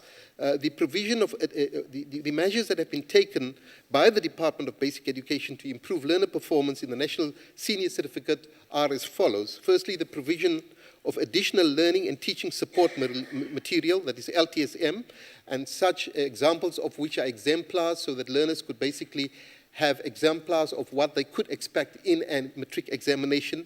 Mind the Gap series, and that's been a very, very effective and useful series where we've made an analysis of the various examination papers and discovered where the gaps of learning were, and indeed provided exemplars in those particular areas for the learners to perform the exercises and strengthen the ability in those particular areas. And we've supported that with guides for educators to ensure that they too have the appropriate skills.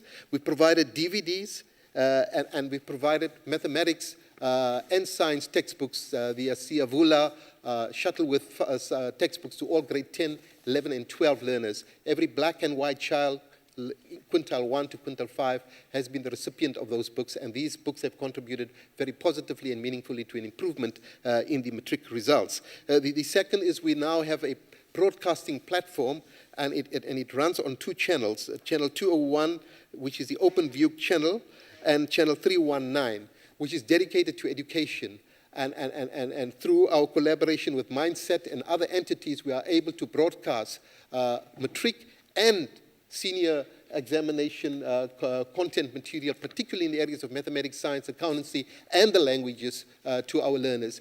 The third element to improve the results was the reality that we have to acknowledge, and given the diversity of our country and the disadvantages that an African child was, particularly in a rural area, who has no exposure to English, which becomes his or her language of learning, has, we've basically ensured that we embed English through the curriculum itself. So in terms of our teach development programs, that is a technique that we basically have promoted in teacher development, and in terms of the curriculum itself, we make sure that we strengthen the ability of learners in the language of learning and teaching, which will be English after grade 4, and that too we do believe would contribute very meaningfully to that. We've also provided the ICT wherever appropriate, and we've provided teacher resource centers. There's 165 of them countrywide, which are 103 of these are fully connected, have dedicated ICT labs where you have professional community of learning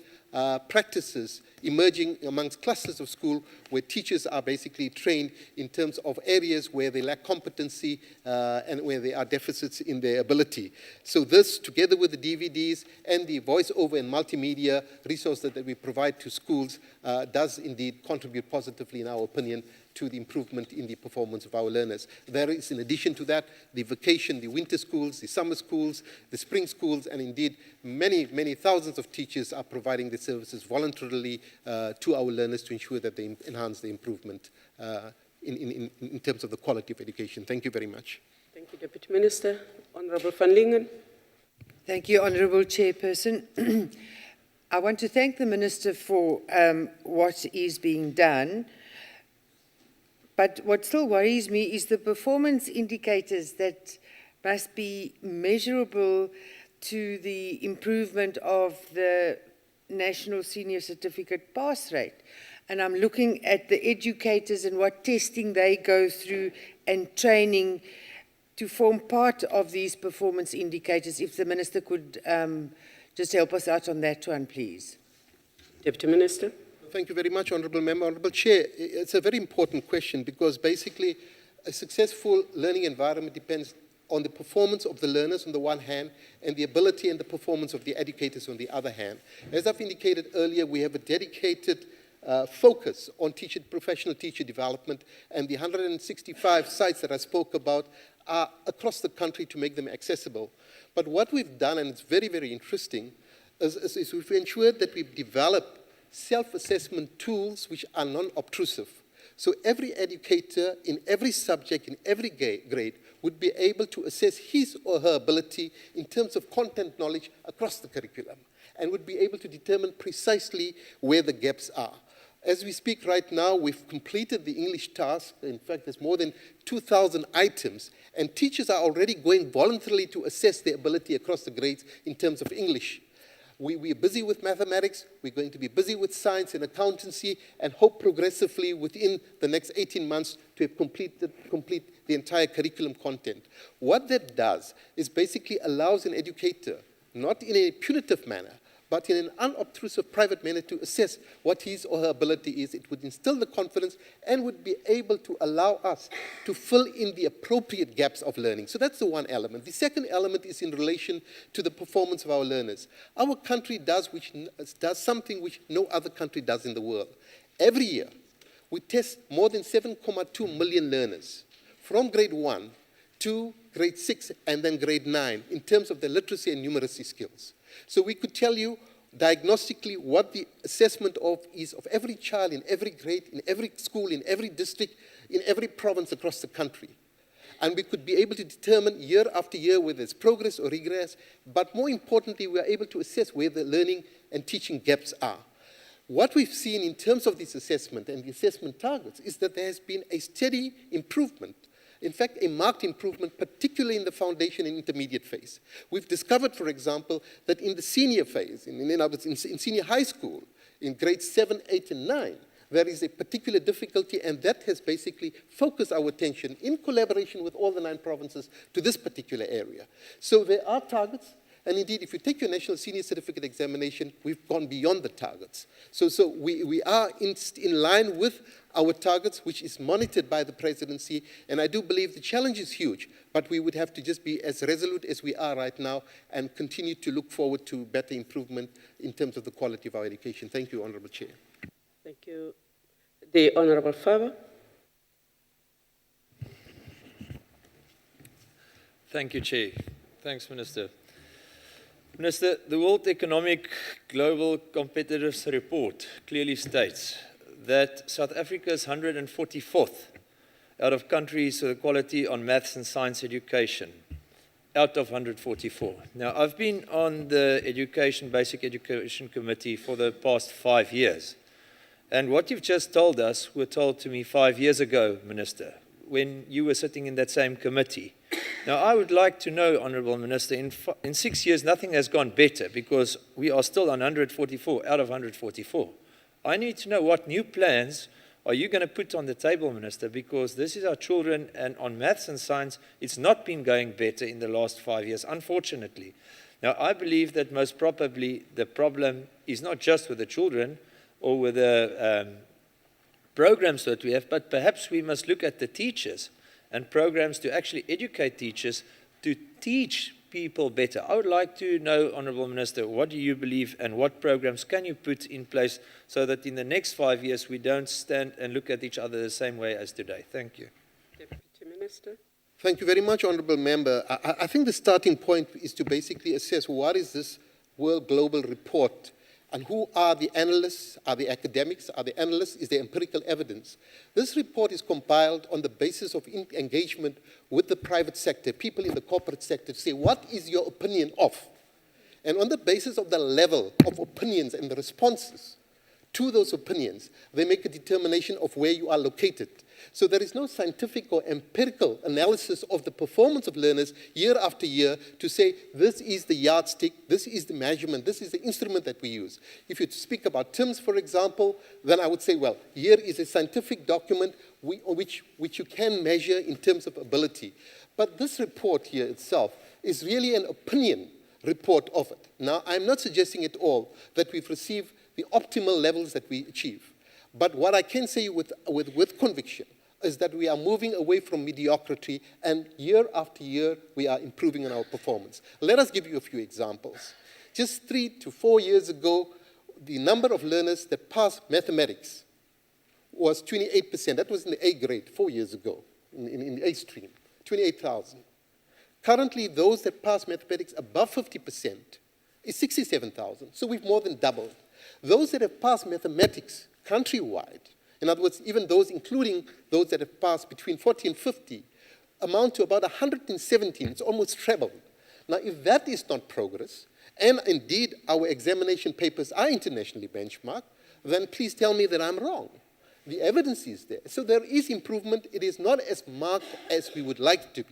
What are we doing differently? We have what we call the 4+1, where teachers basically in clusters of schools get together, prepare a lesson for the week, meet again to say, in mathematics, these are the lessons we've prepared, this is the improvements that we've seen, this is what we've tested.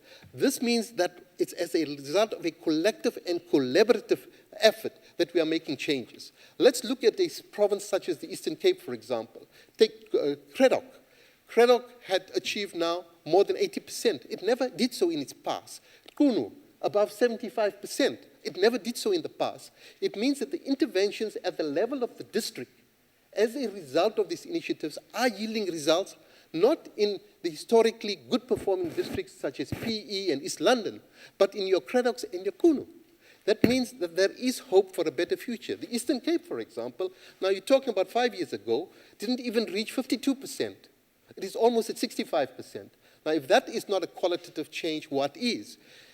Today, we can say at least out of those that sit for the matric examination, 1 out of 3 can go to university, 1 out of 3 can go to University of Technology, and 1 out of 3 can go to a college. It's not as great as it should be, but it's certainly very different from the 16 to 18% that we had 5 years ago. Thank you very much, Honorable Chair. Thank you, Deputy Minister. The Honorable Mtileni. Thanks. Deputy Minister, what are you doing about bogus companies or individuals who are selling matric certificates in most part of this country? We just read in newspapers that there are companies in some parts of South Africa where such practice is taking place. And I also want to know if maybe you could be doing audits if some officials in municipalities and government departments may not be involved or have submitted matric certificates as some of the standards that they have gone through. I just want to know if you could be doing something about that. Thanks. Deputy Minister. No, thank you very much, Honourable Member. I think you're raising a very important point. The point is basically the credibility and integrity of our system of education must not be doubted. Because what it does then, it diminishes the value of that particular document. And therefore, we have dedicated regulations and dedicated irregularities committees in each one of the provinces that oversees this process. Our examination system is regarded amongst the best in the world. It doesn't mean that we don't have faults. So, for example, we've discovered irregularities, mass copying, and it's something that we have to deal with. Wherever we come across anybody who basically tries to sell a fraudulent, we lay criminal charges immediately, and they must be dealt with the full might of the law. We cannot condone that kind of dishonesty. With regard to the registration of educators, that is the task of the South African Council of Educators, because one of their primary tasks is to see to the registration of educators. They've got to maintain and manage the ethics and code of ethics and the discipline of educators. We've requested them to ensure that they screen educators and ensure that they authenticate whatever has been submitted. So it's something that is important because we want legitimate, qualified educators to teach in our schools. Otherwise, it's not in the best interest of our learners and certainly would disturb the integrity and credibility of the system. So thank you, Honourable Member, but I do hope that that response does help you in understanding what we seek to do. Thank you. The Honourable Baskachne. Thank you for the answers.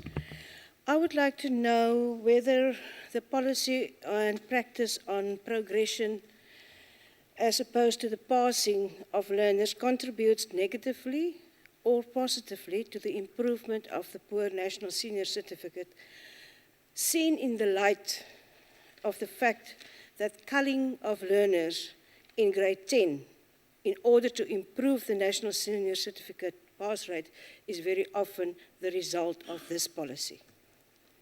Deputy Minister. I think it's a very important, thank you for that question there. Colleagues, honourable members, honourable members, what is important for us to understand is that education is a continuum. It starts with preschool education, goes through the foundation phase, the intermediate phase, your senior phase, and your FET band. What had occurred in the past basically is there was a focus in these last 3 years, your FET band, grades 10, 11, and 12. And that is indeed where the culling took place. And we said that it doesn't help if you don't pay attention to the other phases. I just in my earlier response said that we've detected from our annual national assessments, and that is why indeed for this year, we're going to be testing all grades 7s and 8s as well. So it would be now 9 million learners that would be writing the examination to determine precisely where the weaknesses are. And the progression means that a learner should not be allowed to fail more than once in a phase. And that's important because what it says then is that you have a responsibility not only in the FET band, but in every phase of the education to ensure that that learner receives the appropriate support. Now, we've just introduced that as a policy in consultation with the MECs. We could almost say we are in a pilot phase. We're going to observe, carefully monitor it, and say, are we too quick in it? Should we hold back? Should we do so incrementally? Should we do it phase by phase? I cannot say to you with honesty that there is empirical evidence that what we are introducing is going to yield the results we anticipate.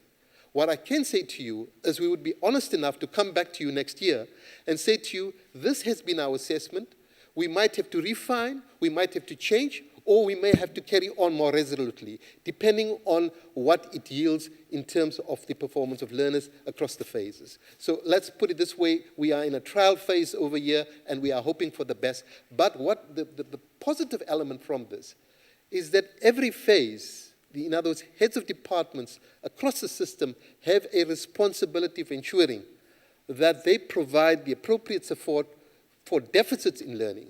Now, those of you who are in education will recognize that when you go to the high school, they usually say the primary school is not doing its work. When you go to the FET band, they said, but you don't pay enough attention in 7, 8, and 9, and what you produce or what you deliver to us is not adequately qualified or not competent learners. So what we're saying is let's look at all the phases and have the same yardstick across the phases so that the continuum is basically the measurement. How successful we're going to be, given the fact that it's so new, I cannot anticipate and I cannot give any assurances about. But I do hope it yields the results. And if indeed we have to revisit or review it, we will be honest enough, as we have done in the past, to say, look, we've tried it. Perhaps we were too quick. Let's do it a little more incrementally or progressively. Thank you very much. Thank you, Deputy Minister. That rounds up the responses to question number 89. We proceed to question number 47, which is posed to the Minister of Basic Education by the Honourable Khela. Deputy Minister. Honourable Chairperson, I have a request here, and it's with your permission and through you, Honourable Chairperson, that the Honourable Minister of Health wishes just to correct something that has not been reflected appropriately about the asbestos element over there. Given his former status as an MEC for education and also his responsibility as a health minister for the well-being of the entire population, including our 12 million learners, it is with your permission and the permission of the House if you could allow that intervention. It's unprecedented, it's unusual, but I think it would be very informative. With your permission, Honourable Chair. I think we will allow the minister, when he deals with his questions, to sneak that in, because we have already passed the question dealing with asbestos and asbestosis and tuberculosis. If the minister pleases, can we give you that space when you respond? Thank you. Thank you so much, Honourable Chairperson. They say one must try in life and do so politely. But we do know, we do respect the authority of the Chair, Honourable Chairperson, and indeed, my colleague cannot accuse me of not having tried on his behalf. You have tried, Deputy Minister. The reply would it be question 106, Honourable Chairperson? It will be question 47. Oh, 47. Which is whether she will review the current post-provisioning model. Oh. That is from the Honourable Khela, Eastern Cape, UDM. Oh, yes. Sorry, thank you very much, 47. Honourable Chairperson. I could honestly say that I was distracted by the Honourable Minister of Health. But the answer is a very short one. The current post-provisioning model has been reviewed to include grade R.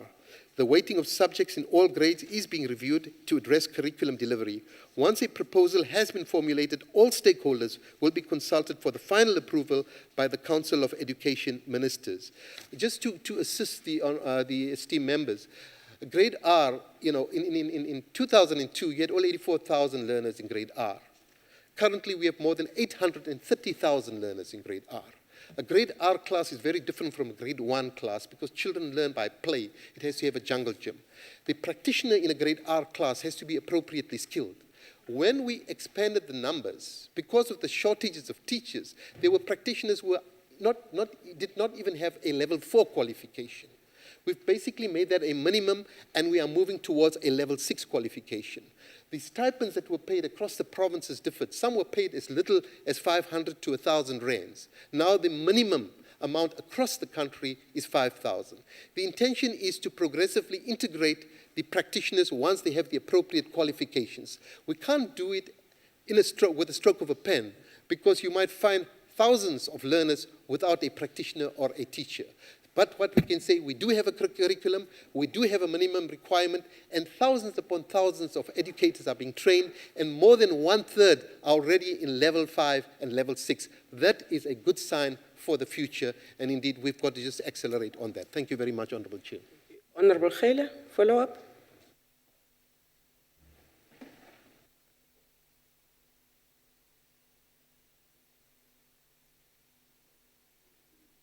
Honourable Minister, thank you for the reply. Post-provisioning is an important tool for ensuring quality education. However, if this is not integrated from lowest level of formal education, it will have shortcomings. We should consider ensuring that the current model take into consideration the dynamic that confront curriculum delivery in particular rural areas. Honourable Member, thank you very much for that question, and indeed we agree with you, because that is perhaps the most important phase in the education of a child. Because if the child is taught wrong by the practitioner, the child has to be taught to unlearn what has been taught in the wrong way. And therefore the skills and competencies of a practitioner are important. The ruling party has in principle, as well as government has said, that they would want to integrate them. The question is how and when. And given these realities of this massive expansion taking place in such a short space of time and the intensive movement towards qualification, I do believe that it is a matter of time. Very soon we would be able to submit to Parliament as well as to the Council of Education Ministers meeting a proposal that has emerged as a result of the analysis in the direction indicated by yourself. Thank you very much, Honourable Chairperson. Thank you, Deputy Minister. The Honourable Mitleni, the Honourable Zwane. Deputy Minister, early childhood development is under health and social development. And as far as we know this, because these things are happening in our areas, wouldn't it be better if maybe you could at least make a plea as a department that you transfer early childhood development to basic education? Because these people are the ones who are actually dealing with the foundation phase of education system. And sometimes it is a worrying factor if we see them going home or spending many months without salaries. And when they make follow-ups, the department always tells them that there are no budgets. There's no budget actually to fund for them. So wouldn't it be better if maybe you were to transfer this into basic education so that maybe you can be able to concentrate and make sure that those people are remunerated fairly well? Thank you. Deputy Minister. Thank you very much, Honourable Chairperson. The Honourable Member is raising a very important issue, given the early childhood development is a significant part of our strategic plan as well as the recommendation of the National Development Plan. But early childhood development is not preschool. Early childhood development actually is from birth to the age of 9, and that is the international standards in terms of early childhood development. However, I do understand the context of the question, and the context of the question is simply this, that your grade R has been now assigned to the Department of Basic Education, which department assumes full responsibility for the curriculum, for the practitioners, and the resources available there. Now, currently your 4-year-olds are basically being managed in crashes by the Department of Social Development. But there is a collaboration agreement between the Department of Social Development, the Department of Health, and the Department of Basic Education. To the extent that they require screening and other assistance, the Honourable Minister of Health has basically made his intervention. To the extent that you will look at the social development needs, the Honourable Minister of Social Development works with those particular areas. Now, we as the Department of Basic Education work very, very closely with the Department of Social Development to ensure that we provide support in terms of curriculum. And what we can share with you is in collaboration with the two departments, we've developed a curriculum for 0 to 4-year-olds. So that's a positive step forward. Let's look at the consequences. And at times we basically make a statement without looking at the context. If we were to basically move our 4-year-olds to our schools, we would have to build more than 27,000 classes alone. Can we do that immediately? We would have to have another 27,000 trained practitioners and resources for those learners from a budget that is already under severe pressure. I think it would be premature that we do have a resource. What we have to do well and good, and indeed this is already happening with the collaboration of the Department of Social Development, the CETAs, is that we are training those people responsible for the teaching of the grade 0 to 4. The Minister of Social Development would tell you that beyond the 2 years that is recommended by the NDP, she is paying particular attention to the first 1,000 days. That is from a health perspective, from a social development perspective, and from an education perspective. Because social scientists are saying to us, and we certainly support it, that the first 1,000 years of a child's life, both from its emotional and cognitive development, are the most important. Thank you very much, Honourable Chair. The Honourable Zwane. Thank you, Chairperson.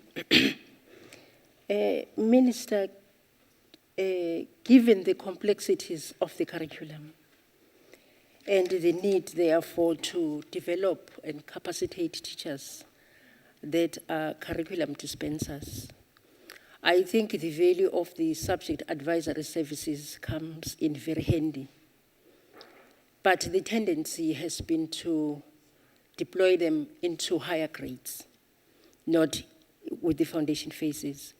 Is there a plan by the Department of Basic Education to ensure that there is deployment of the services even to foundation phases, because the intention is to lay a good foundation so that it becomes easy to progress thereafter? Thank you.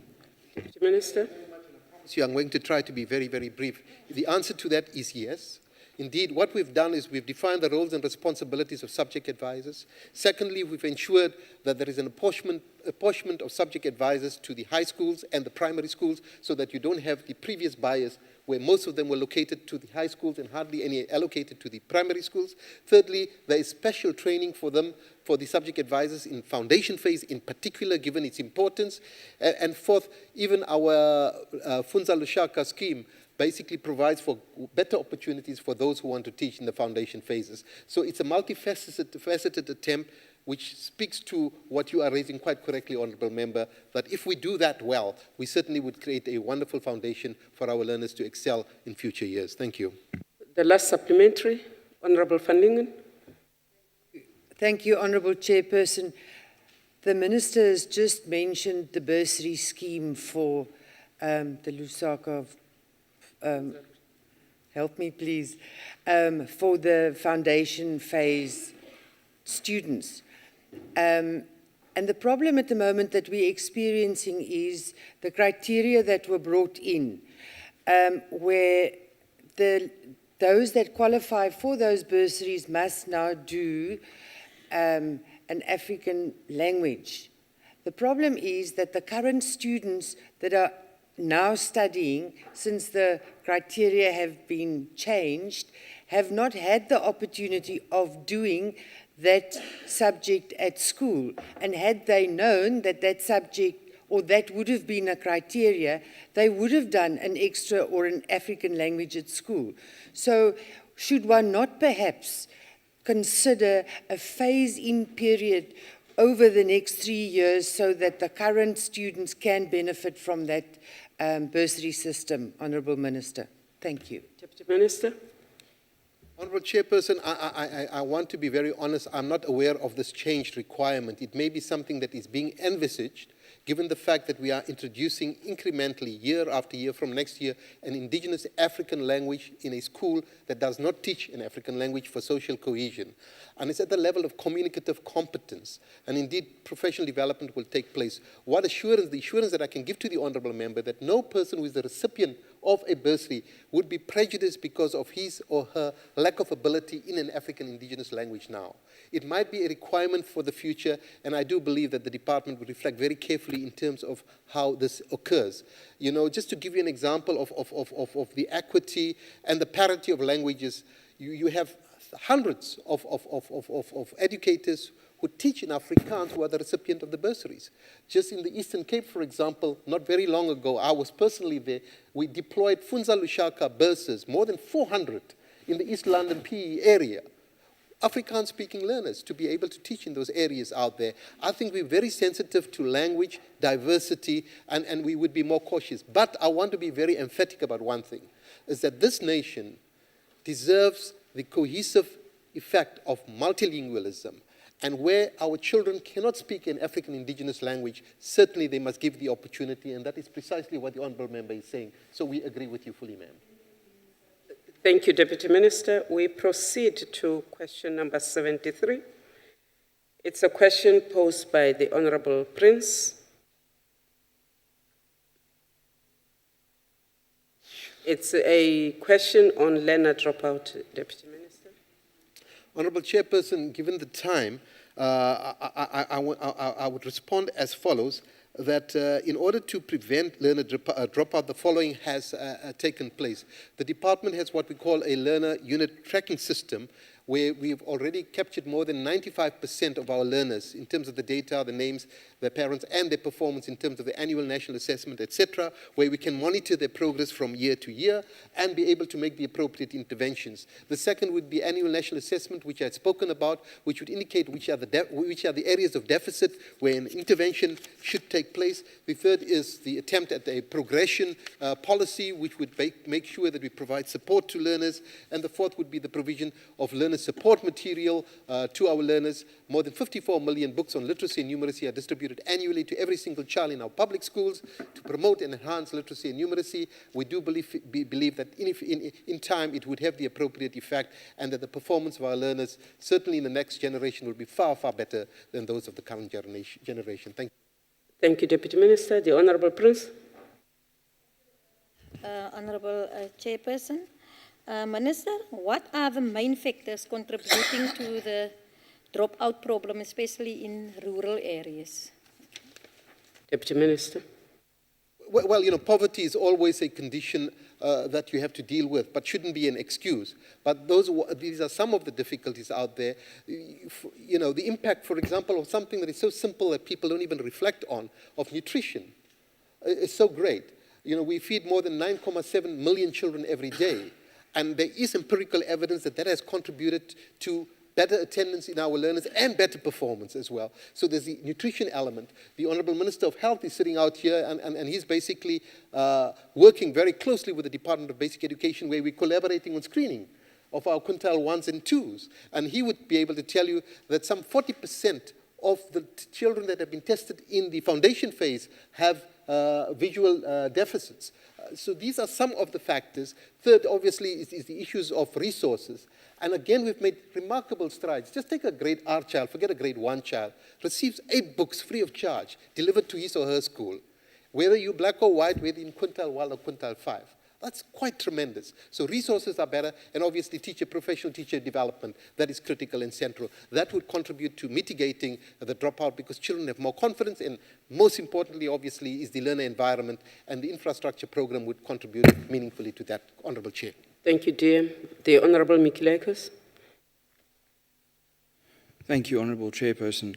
Honourable Minister, my province is rather proud of the fact that it has the lowest, the highest pass rate, rather, in the country.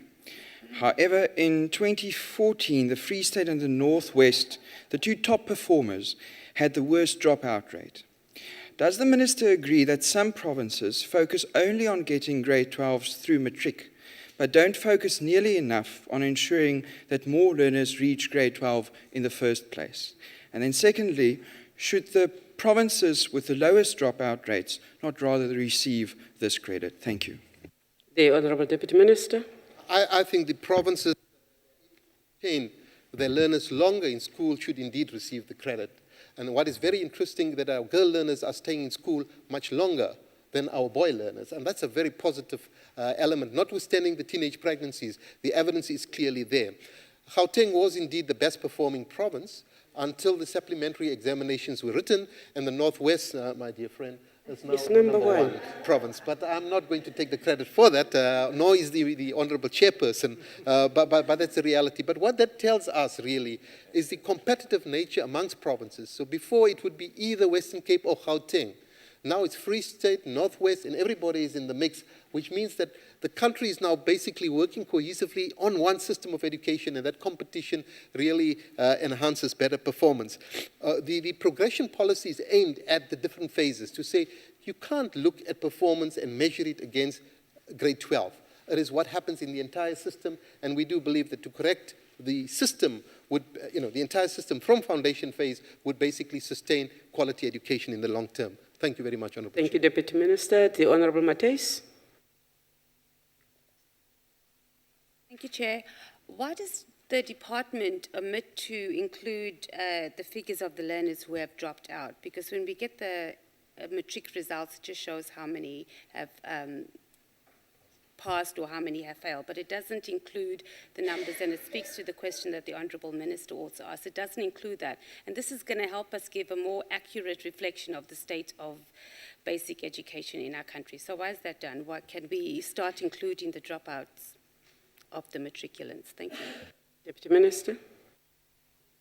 Well, Chairperson, it's a very important question, and we welcome it, because I think what we have established in there is we have data on that, is that the dropouts occur principally and primarily in the last phase, that is in the FET band. The reasons for it is possibly demotivated learners, learners who do not feel that they are competent enough, learners who go into vocational streams such as the FET colleges, bearing in mind that just in the past 3 years, it has increased its enrollment by more than 300,000 in 3 years alone. So these are factors that contribute to that. But I do believe that the weak point is really that the focus in the past had been only in the FET band rather than the entire system. And what we are saying is we must focus in every single phase. And the progression policy now basically says, track that learner in the foundation phase, in the intermediate phase, in the senior phase, and in the FET band. In that way there, we would have a better understanding of what is right and what is wrong in the system So, Honourable Member, your question and your concern is a legitimate one. What I can tell you is that the retention rate up to grade 9 exceeds 90%. When you go down to the FET band, it drops to slightly below 85%. So that's where your problem area is now. But the problem area has its roots not in the FET band, in its earlier phase. Thank you very much. That would be across the languages. If I understood the Honorable Mateus right. She says the dropout does not even give us the breakdown in terms of the languages that the learners are involved in. Oh, that helps us a lot. Oh, thank you. I didn't catch that part of the question. Because language is a serious barrier, especially for a non-English or non-Afrikaans speaking learner.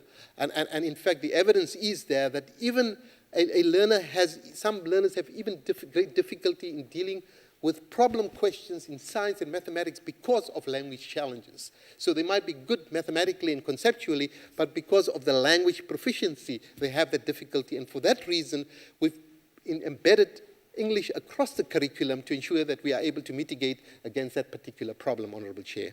But thank you, Honourable Member, for raising that. Thank you. The Honourable Ntebe, last supplementary.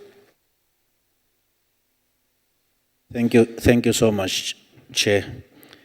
DM, according to your response, you have explicitly demonstrated how alive is the department to the issue of the dropout.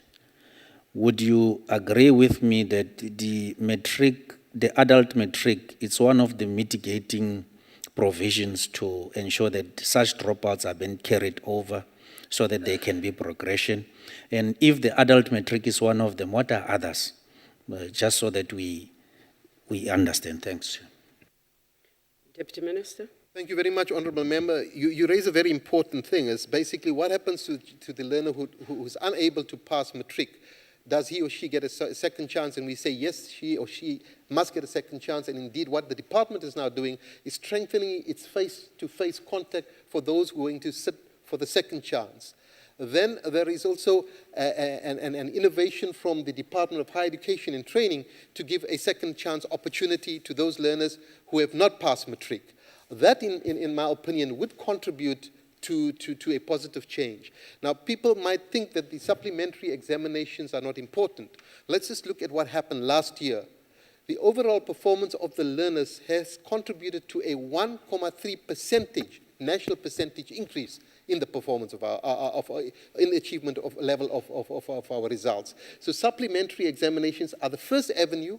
Then you've got to basically have second chance opportunities at different venues and colleges and there is a conversation that is taking place between the Department of Basic Education and Higher Education and Training. And lastly, to just indicate to you that the Minister has made an announcement yesterday that what we're introducing next year is a second stream of the National Senior Certificate Examination, where you have a technical mathematics and a technical science for those who are inclined to more artisanal trades. So basically, if you don't want to go to university, you want to do the intermediate phase, do you require an academic or pure mathematics, or do you require practical mathematics? Do you require practical science? And the textbooks are already developed and designed and ready for printing. They are already electronically digitized. We are ready for that. They come next year. So the first phase is the vocational phase. And the second phase would be the occupational phase. And there would be a variety of 26 subject choices made available other than the academic stream. And we do believe that that would mitigate very, very considerably against a dropout for those who are in the academic stream but do not wish to pursue an academic career, as you correctly pointed out. Thank you very much, Honourable Chair. Thank you, Deputy Minister. Honourable members, we proceed to question number 106. It was posed by the Honourable Julius. The Honourable van Lingen will be responsible. It is the question which deals with the vetting of educators, Deputy Minister. Find the document, but it's very, very easy to say. I think it's important for us to vet. We support and endorse the sentiment over there. The vetting of educators takes place through the South African Council of Educators, and we've directed that the provinces should basically be alive to it, and that all the South African, that they must monitor that particular process, because provinces deploy educators in their respective provinces, and they have to take the responsibility of ensuring that the South African Council of Educators have vetted those educators. I would imagine the question is basically to say, has the person been involved in any abuse, sexual abuse or otherwise, or in any form of violence against children, and if that is the case, he or she would not be qualified to teach in the school. So we certainly believe that all our educators should be vetted, so because they represent the caregiver, the father, the mother figure in the classroom. Thank you very much. Honorable van Lingen. Thank you, Honorable Chairperson. In a reply to the Democratic Alliance parliamentary question about a month ago, the Honourable Minister admitted that nearly 380,000 educators employed in public schools have not been vetted against the against the Child Protection Register. And this is very concerning. So what is being done? You've just said it is the provincial departments, but surely there must be measures in place to enforce such vetting. Thank you. Deputy Minister. Honourable Chair, given, I think this is something about the Department of Basic Education. It doesn't conceal the truth, it says the truth. It's a matter of great concern to us. We have directed provinces to pay particular attention, and obviously as a national department, we would have to monitor the performance. So if we find a province basically has vetted only 20% of its educators, we would have to make the appropriate intervention informed by the realities of that particular province. We cannot now generalize and say all provinces are not vetting it. It might be 3 of the 9 provinces that are not doing their work effectively, which contributes to the more than 470,000 educators that we have in the system. So, I'm just saying, let's look at what we have and those that have not been vetted. Yet, even one educator that has not been vetted is one too much. Thank you. The Honourable Groenewald, the Honourable Mtileni. Thank you, Honourable Chairperson. To the Honourable Minister. Against the background of the non-vetting of 380,000 educators employed in the public schools, is every case of sexual or physical abuse of learners by educators reported? And in all schools and in every province? And what are the relevant details? Honourable Deputy Minister. Honourable Chairperson, if there has been any criminal activity involved in such as sexual abuse or rape or assault, then there's a responsibility of the school to ensure that the charge is laid. And obviously the province has a responsibility to collect the data from time to time. I think indeed we should keep a meticulous record of that particular situation over there. But given the fact that our schools are within the purview of a province, so the MEC for Education in the Western Cape is responsible for the management and the functioning of those schools over there. We cannot now go to the school and basically demand those data unless she or he consents to that. I'm just giving Western Cape as an example. It would apply to any other province. And therefore, what we have to do better is indeed look at this matter more closely, and we would certainly raise it at the next Council of Education Ministers meeting to say, given this important responsibility, whilst it's not our responsibility, we are going to oversee this particular process to make sure that you are more meticulous in ensuring that the educators are vetted. So that assurance we can give to the Honourable Member, because it is a matter of concern to us. I'm not going to pretend otherwise. Honourable Mtiledi.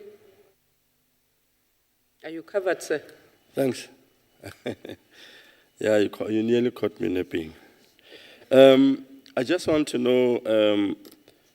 know, what support has been given to victims of abuse, especially that of racism and sexual assault, since more than 700 cases were reported. And I also want to know from the Deputy Minister if there could be maybe special programs taking place which will help eliminate this kind of, sketch. And also, further, I also want to know about what happened to Elena, who was actually abused or raped by fellow learners in, if my memory serves me well, it could be in the Eastern Cape. I don't know if the Minister could be aware of that. Deputy Minister? You have one. I could do the one. One is firstly the responsibility of disciplines and the ethics of educators lies with the South African Council of Educators. We certainly speak to them on more than, very, very frequently to say, please make sure that you're diligent in terms of that particular responsibility. We would not condone any form of abuse.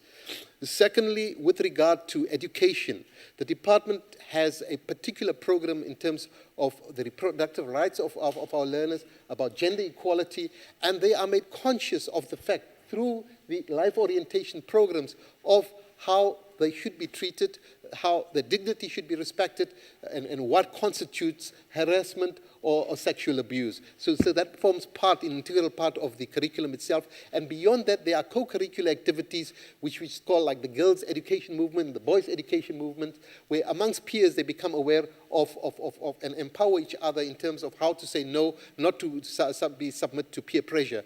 Lastly, with regard to the case that the honourable member is talking about, and I do believe that, well, if my reading was as good as his, it would have appeared as if that was a criminal matter. And the moment the matter goes to the courts of law, it goes almost, as it were, outside the hands of either SACE or the Department of Basic Education. But if I can get the specific details, then we would be able to investigate and respond to the honourable member. Thank you very much. The Honourable Ntebe. Thank you so much, Chair. Thanks, DM. Is the department still committed to the intervention of bringing the intergovernmental relations in terms of the law enforcement through your department also to raise awareness, because it is in the awareness that we are able to also create that environment of safety in the school environment? Thanks. Deputy Minister. Question and contribution. Honourable Chairperson, about 15,000 of our schools are in collaboration with the South African Police Service in terms of creating a safe environment. So they basically have adopted schools across the country, 15,000 of our schools, and we're looking at universal adoption, where police officers could basically engage with learners and discuss these particular issues. We're also working extremely hard at psychosocial support that we can provide to our schools, especially those that are traumatized and find it difficult to go to a police station or otherwise. So the Department of Social Development and the Department of Health are working with the Department of Basic Education in this regard. I think we must continue expanding on our programs, and indeed parental responsibility becomes very, very critical, and we've empowered our governing bodies and the governing body associations in terms of demonstrating the importance of this particular element, that is safety in our schools, and our responsibility to provide care. Thank you very much. Thank you, Deputy Minister. We proceed to question number 77. It is the question asked by the Honourable Kaula. I have a note that indicates that he has made arrangements with the Honourable Masango to do his supplementary. Deputy Minister. Honourable Chairperson. Order, members. The quick response is 22 schools were allegedly involved in group copying in the 2014 National Senior Certificate Examination in KwaZulu-Natal. 14 schools were allegedly involved in group copying in the 2014 National Senior Certificate Examination in the Eastern Cape. The names of the schools and the districts in the KwaZulu-Natal and Eastern Cape provinces are with me, Honourable Chairperson. It would take me about 2 minutes to read them. May I, with your permission, table the names to the House because they are here. It is allowed under the rules. Any statistical it is allowed, or so I could whatever. table the names. Yes. And with regard to C, the results of these learners were blocked and the subjects where an irregularity was suspected. A thorough investigation was then conducted where the individual scripts were audited to identify the specific questions in which specific anomalies could be confirmed. All the learners and the educators who were involved in the examination at the school were then invited to an interview where the evidence was presented and the candidates were allowed to present their version of events of what transpired in the examination room on the day of the examination. On the basis of the investigation, formal charges were formulated and all the implicated learners were invited to a formal hearing which has commenced in the Eastern Cape and will commence on the 18th of May in KwaZulu-Natal province. I might add that by the end of the month, this month, we hope to have both provinces finalize their processes. On the basis of the outcome of the hearings, the sanction will be determined per learner. However, as a concessionary measure, the Minister of Basic Education had allowed all learners that were implicated to write the supplementary examination. The basis of this concession was that in most cases the assistance was imposed on the learners by the educators and the learners did not actively initiate the support. If the imposed support can be verified during the hearings, then the supplementary examination results will be recognized and made available to the learners. If learners acted on their own, the normal sanctions will apply, which could include being barred from writing an examination for a period of up to 3 years. The circumstances would basically determine each and every case in sanction. The department is in the process of finalizing this matter. The hearings could have been finalized by the end of March 25 if the candidates were not granted a concession to write the supplementary examination. And the department, the minister really thought it would be a magnanimous gesture not to basically fine a person guilty until such time as the process has been completed, but in the meantime allow that person to sit for the supplementary examination and not be disadvantaged by perhaps the activities of other learners other than him or herself. Thank you very much, Honourable Chairperson. The Honourable Masango. Thank you, Chair. I just want to confirm that I am a card-carrying member of the Democratic Alliance in good standing. There is none, ma'am. So, thank you. Thank you, Chairperson and the Minister.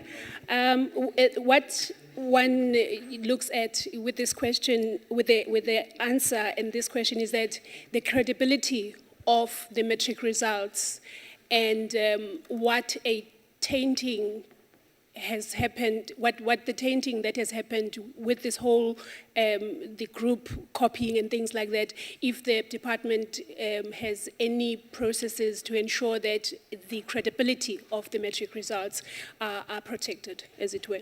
Thanks, Chair. Honourable Deputy Minister. Obviously, it's a matter of great concern to us. You know, mass copying has never been a phenomenon in the past, and it has occurred, and we're paying particular attention to this.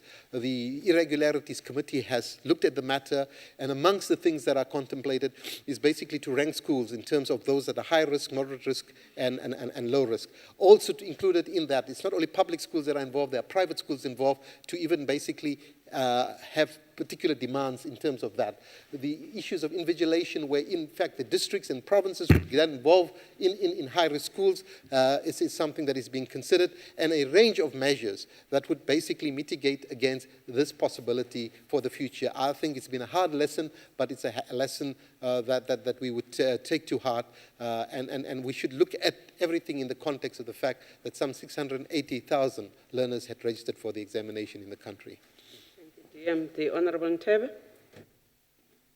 No, Chair, the DM went to Northwest and back with the comprehensive answer. I'm covered. He is covered. Any other supplementary? That takes care of the last question to you, Deputy Minister. We thank you very much. We wish to proceed now to the questions posed to the Minister of Health. You do have the permission to sneak in what you said you wanted to sneak in, Minister of Health, around the issues of asbestosis or tuberculosis. Thank you, Honourable Chair, and thank you for the opportunity. I just thought, Chair, I tried to ignore that question, number 70 from basic education, but I thought I wouldn't be doing my work because we are speaking to leaders here who need to understand. In fact, there's no learner who will ever get TB because of asbestosis. There is absolutely no relationship. Yes, there's no relationship between the two. What exposes people to TB is silicosis, not asbestosis, which is found in the mines, especially the gold mines.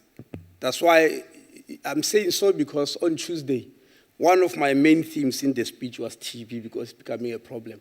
The most exposed people in this country, if we take district by district, is Silvia Butswa in the Free State because of the gold dams there. And the second is KK Kaunda in Northwest. And we have got about these 6 districts. What exposes people,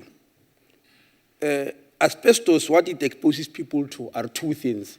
Firstly, is a disease called asbestosis, where because asbestos is fiber, when you breathe it in, the fibers are laid on your lungs, and the lung is an elastic tissue. It stops being elastic, meaning you are just finding it difficult to breathe because your lungs cannot expand anymore. That's the first one. The second one is a disease called mesothelioma, which is a cancer of the lining of the lungs. Please So remember those are the that you main are two. stealing your own time. Yeah. Thank you. No, I've finished. I just wanted to clear that. Thanks, Deputy Minister. Yes. Your first question is a question from the Honorable Mpambo Sibukwan. Thank you. Honorable Member, I'm not sure in your vocabulary what is the difference, whether you understand the difference between a generator and standby generator, because we made them SAA and BB. All the generators in our hospitals are standby, all of them, because they only kick in when there is an interruption with the normal grid.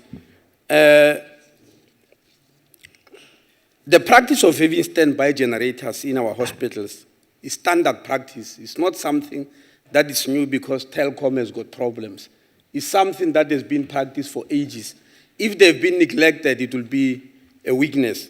But however, as an extra precaution because of the present challenges, we actually communicated to the MECs in January and developed a table for them, which they must fill on a monthly basis. The table contains, for instance, the date of the test, the day on which they are testing the generators, the time at which they did it, generator switches, whether automatically or somebody has to switch it on, or whether it switches automatically when there is a load shedding, time taken to switch over to generator, how many minutes after load shedding does the generator kick in, diesel engine especially undone, whether there is diesel engine or so, and the quantity of diesel at any one time inside the generator, and then the responsible person, because usually when generators don't kick off, like it did in Chris Hani Baragwanath Hospital, you then come to know exactly who is responsible. Here, we want a responsible person, and then we want their mobile phone number so we can phone them at any one time. This we've been doing from January to try and just to check whether things are going very well. This communication has been dispatched to the heads of infrastructure units in all provincial departments.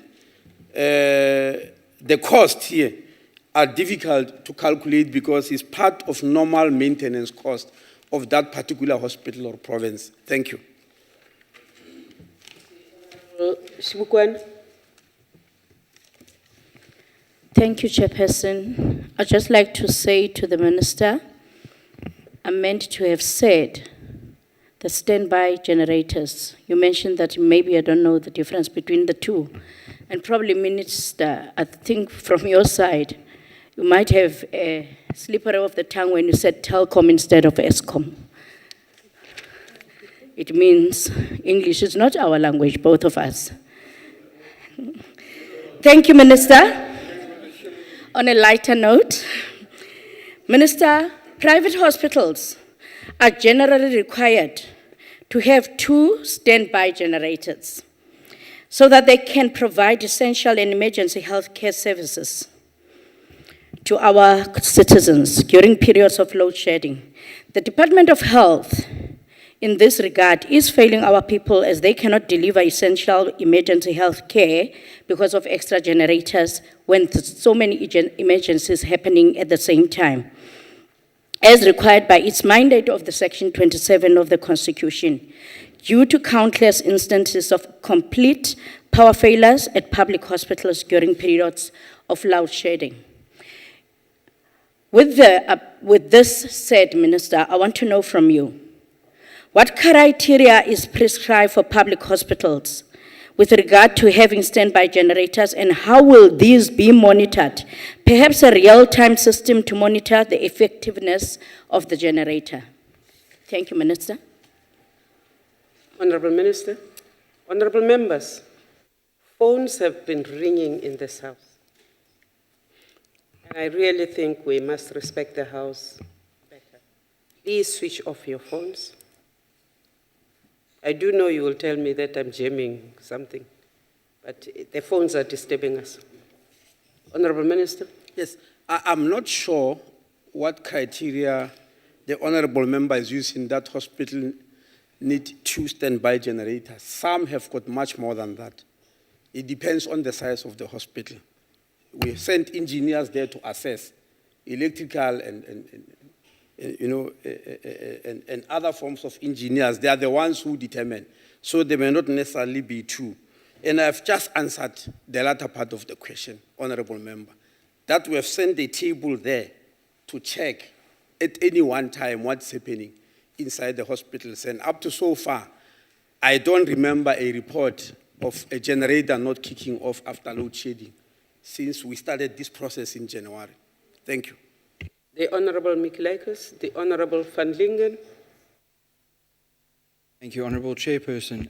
Honourable Minister, the 3 largest state hospitals in Bloemfontein, Plenary, Universitas and National Hospital refers.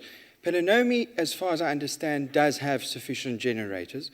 Universitas, well, First National Hospital in Bloemfontein, has luckily been taken off the grid since they don't have any generators, but luckily they don't experience load shedding since it's been taken off the grid.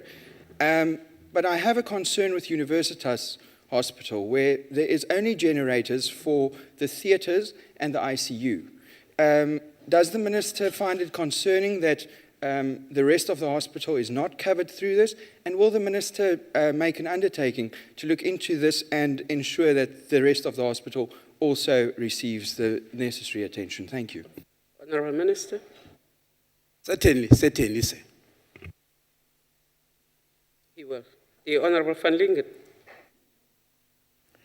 It looks as though the Minister is committing himself in a nice way, so I also want to put in a curveball, Honourable Chairperson.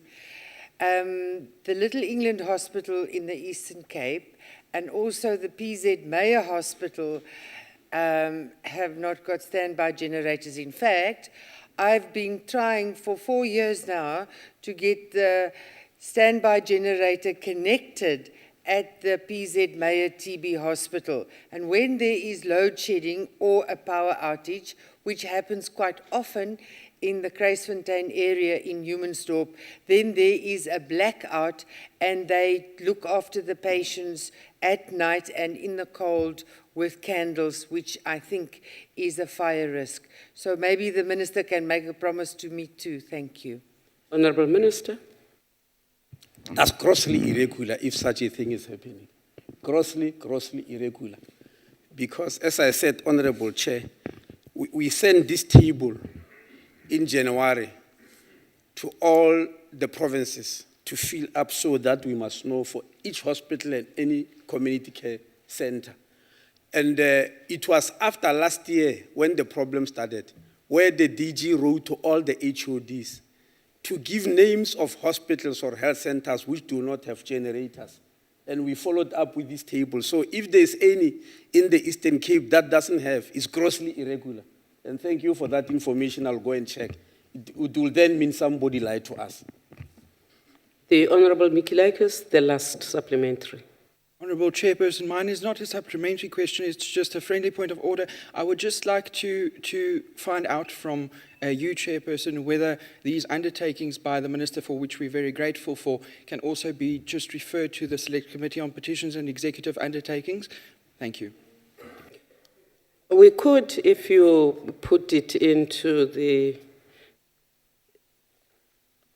if we put it down in the manner with which we would follow it through procedurally. But I think that we must also say that the Minister has made an undertaking during a very formal sitting of the NCOP and that we will follow through. Give him enough time and then follow up to see that the commitment he made is followed through. But you are free to put that into a petition, a written petition, so that we put it through the petitions process. Honourable members, we then move on to the second question, which is a question to the Minister of Health from the Honourable Dlamini. Honourable Minister? Claims negligence. Yes. Thank you, Chairperson. The National Department of Health has not fully quantified the amount paid to settle claims against public health institutions. But I need to explain that there's no claim of negligence against any particular practitioner and employer of the public service, because it is the state that is being litigated, not an individual practitioner.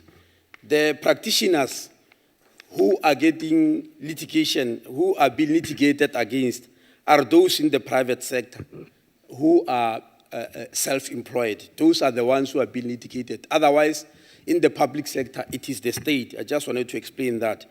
In the public sector, the claims are submitted to individual provinces. The Minister of Health is only cited as the first respondent, as a legal procedure. But the people who are being litigated are the provinces, because they are the ones who are directly running the hospital. So some lawyers do send copies to me, others just do not, because they know that it's just a legal procedure to be cited. So for that reason, it's very difficult to know at any one time how many litigations have been there. But to explain the nature of the claims, to explain this problem further, the nature of the claims is about malpractice, negligence, or adverse outcomes. What is meant here is negligence is when a health worker fails to follow established procedures out of carelessness or maybe out of outright ignorance. The second one is malpractice, where a health worker does something which is forbidden or which is not normally done. The third one is not about carelessness or negligence. It's what we call adverse outcomes, where doctors do something, but the results become different from what they were expecting. It happens these things happen in any health facility all over the world. But when the lawyers litigate, they want to call them negligence, all of them, because it's only through negligence that they will win. So I just wanted to explain that this type of thing is something that is expected but undesirable. So what measures did we take? When we realized that there's an explosion, because, Chairperson, the issue of legal litigation has been happening since medicine came into existence. But what we are experiencing in South Africa is an abnormal explosion. And this explosion coincides not with increased negligence as people claim. It coincides with the fact that most lawyers were making their money by cheating the road accident fund. And they collapsed it. They actually bankrupted it. So when the road accident fund changed the law to try and stop that bleeding, lawyers found themselves into the hospital. That's why the negligence cases that are setting in is not something that happened now. Some of them happened 20 years ago. They are going to search for them. For instance, there's a judge who gave a judgment of 34 million rand for a child with cerebral palsy. Lawyers are literally scanning through homes of disability looking for children with cerebral palsy. Born whatever time, once they find them, they said, no, come in. And they send in a claim. This is what we are going through. We are not the only country in the world that has gone through. New Zealand went through it until the insurance company that was insuring doctors completely collapsed. UK went through it. That's why they formed the litigation authority. So we called a workshop and a summit. And one of the answers from that is that we also need a litigation authority like what has happened in the UK. Lastly, Chairperson, this phenomenon we are faced with, which is a very bad phenomenon, is actually what I call Americanization of the healthcare system. This is a practice that is happening in America. Europe has rejected it. That's why the cost of healthcare in America is so high, and it's painful to see South Africa following that model, which is so bad. It's called Americanization because there, to make money out of a doctor or a healthcare system, is something that is inefficient. They actually sometimes even train people to imitate a heart attack and collapse and be taken to a doctor and sue that doctor. These are some of the practices that happens there. And we are crying that is happening in South Africa, and people believe, no, they are being protected. That's why they use what they call contingency. And the Director General of the World Organization was warning me the other day that if you follow this American model of contingency, your healthcare system is going to collapse. What is contingency? They don't charge lawyers fees. They say, look, you are injured. Fill up these forms. we're going to make money for you, but once the money comes, we'll take part of it. And the law allows them 25%, but many of them take even much more than the patient. Honorable Minister. Yes, thank you. Your response time. The Honorable Dlamini.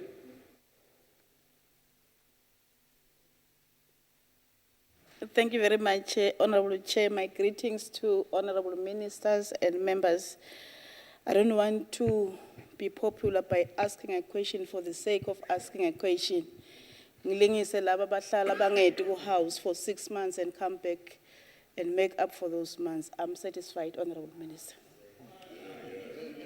Thank you. Is there any other member who has a supplementary on this specific question? The Honorable Mateus. Thank you, Chair.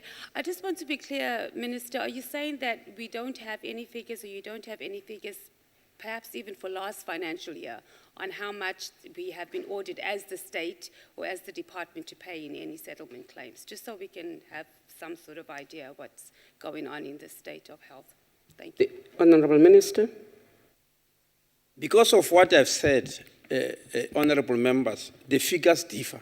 When you go, because some of the submissions are done in the Department of Justice and provinces. What we have done after the summit, which we just held in March, we have chosen a task team of experts. We have got retired judges in that task team, lawyers, doctors who are very experienced. That task team is compiling all this information.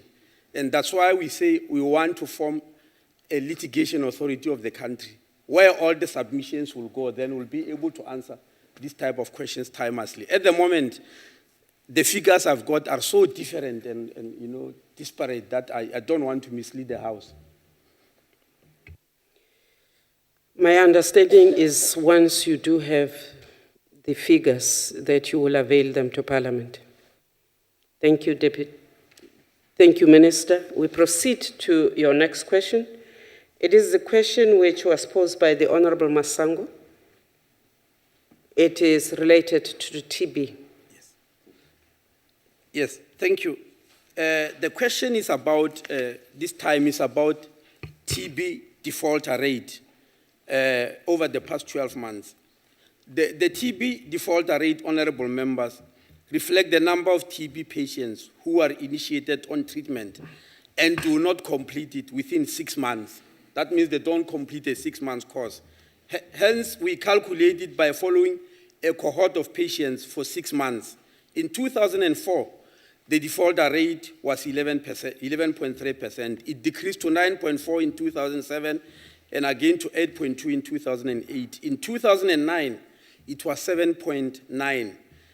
There's been a further decline to 6.6 in 2011-2012. Currently, as I'm speaking, the defaulter rate has gone down to 6.2%. Our target was 6, so we are around the target. It reflects a significant improvement in the manner in which we are dealing with it. This big change happened in 2009 when we received additional funds from Treasury to strengthen TB defaulter tracing communities.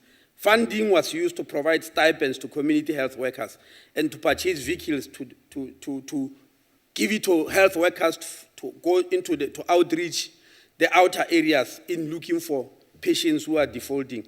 Our NGO partners, for instance, the Nelson Mandela TB Free Project, which was donor funded, was one of the organizations that helped us in tracing the defaulters. And that's why we are at the level where we think the defaulter rate is coming down. Thank you. Honorable Masango. Thank you, Chair. Thank you so much, Minister, for the response to the question. This question was prompted by the plea that we got when we went on a Take Parliament to the People, and we were in Otoron, and we went to one of the clinics there, and the doctor that we spoke to said, if there's anything that you can help us with as far as TB is concerned, is to find ways that we can enforce that people do not default on, because that they were seeing a increase, but that is an isolated from what the minister is saying, is an isolated case, but one would want to know what then would be some kind of a system or a program that could be embarked on that would ensure that the defaulter rate stays down or is even decreasing more. Thanks, Chair. Yes. As I have explained, I've explained the mechanism through which it came down. But the permanent mechanism we're going to put is that in the re-engineering of primary health care, we are going to hire primary health care workers who are generalists, and we've already trained 3,000 around the whole country. They are the ones who are going to do the work because we deploy them per municipality ward. We calculate and say every municipality ward in the country must get so many primary health care workers. In the past, they were using people who we call dot supporters. So we want them, we don't want people to get into a municipality to only do dot support. The present training is that we'll train them in TB, in HIV, in pregnancy, maternal and child health, reproductive health and rights, and 3,000 people have been so trained. Our target is actually to reach 40,000 people in the country who will be doing that type of work. Thank you. Any other member on a supplementary? None. We proceed, Honourable Minister, to the next question. And the next question is the question from the Honourable Matiebas. Arrangements have been made that the Honourable Mateis will be responsible. It is the question, Honourable Member, Honourable Minister, which deals with allegations against MECs. Question number 82. Yes. The allegations that have been made are made against 2 MECs. The surprising thing is that one of them is no longer an MEC. And the allegations that are being submitted against that particular person, who was an MEC in Gauteng long before I became the minister. The allegations which have been put have been given to SIU and the Hawks, and you are aware that even this week there was a report in the newspapers that the Hawks and SIU are taking action, and the person who's been mentioned that publicly that is actually defending the action. The other is about an MEC who is alleged to have committed these things when he was a municipal manager, not in health. And that MEC has appeared in court several times on the issue. I don't know what it has to do with health.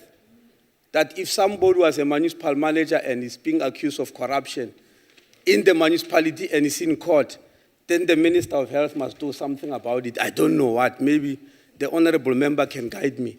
That matter is in court. It's already appeared about 2 or 3 times in court, and it has got nothing to do with the Department of Health. Honourable Mateus. Thank you, Minister. That was rather emotional.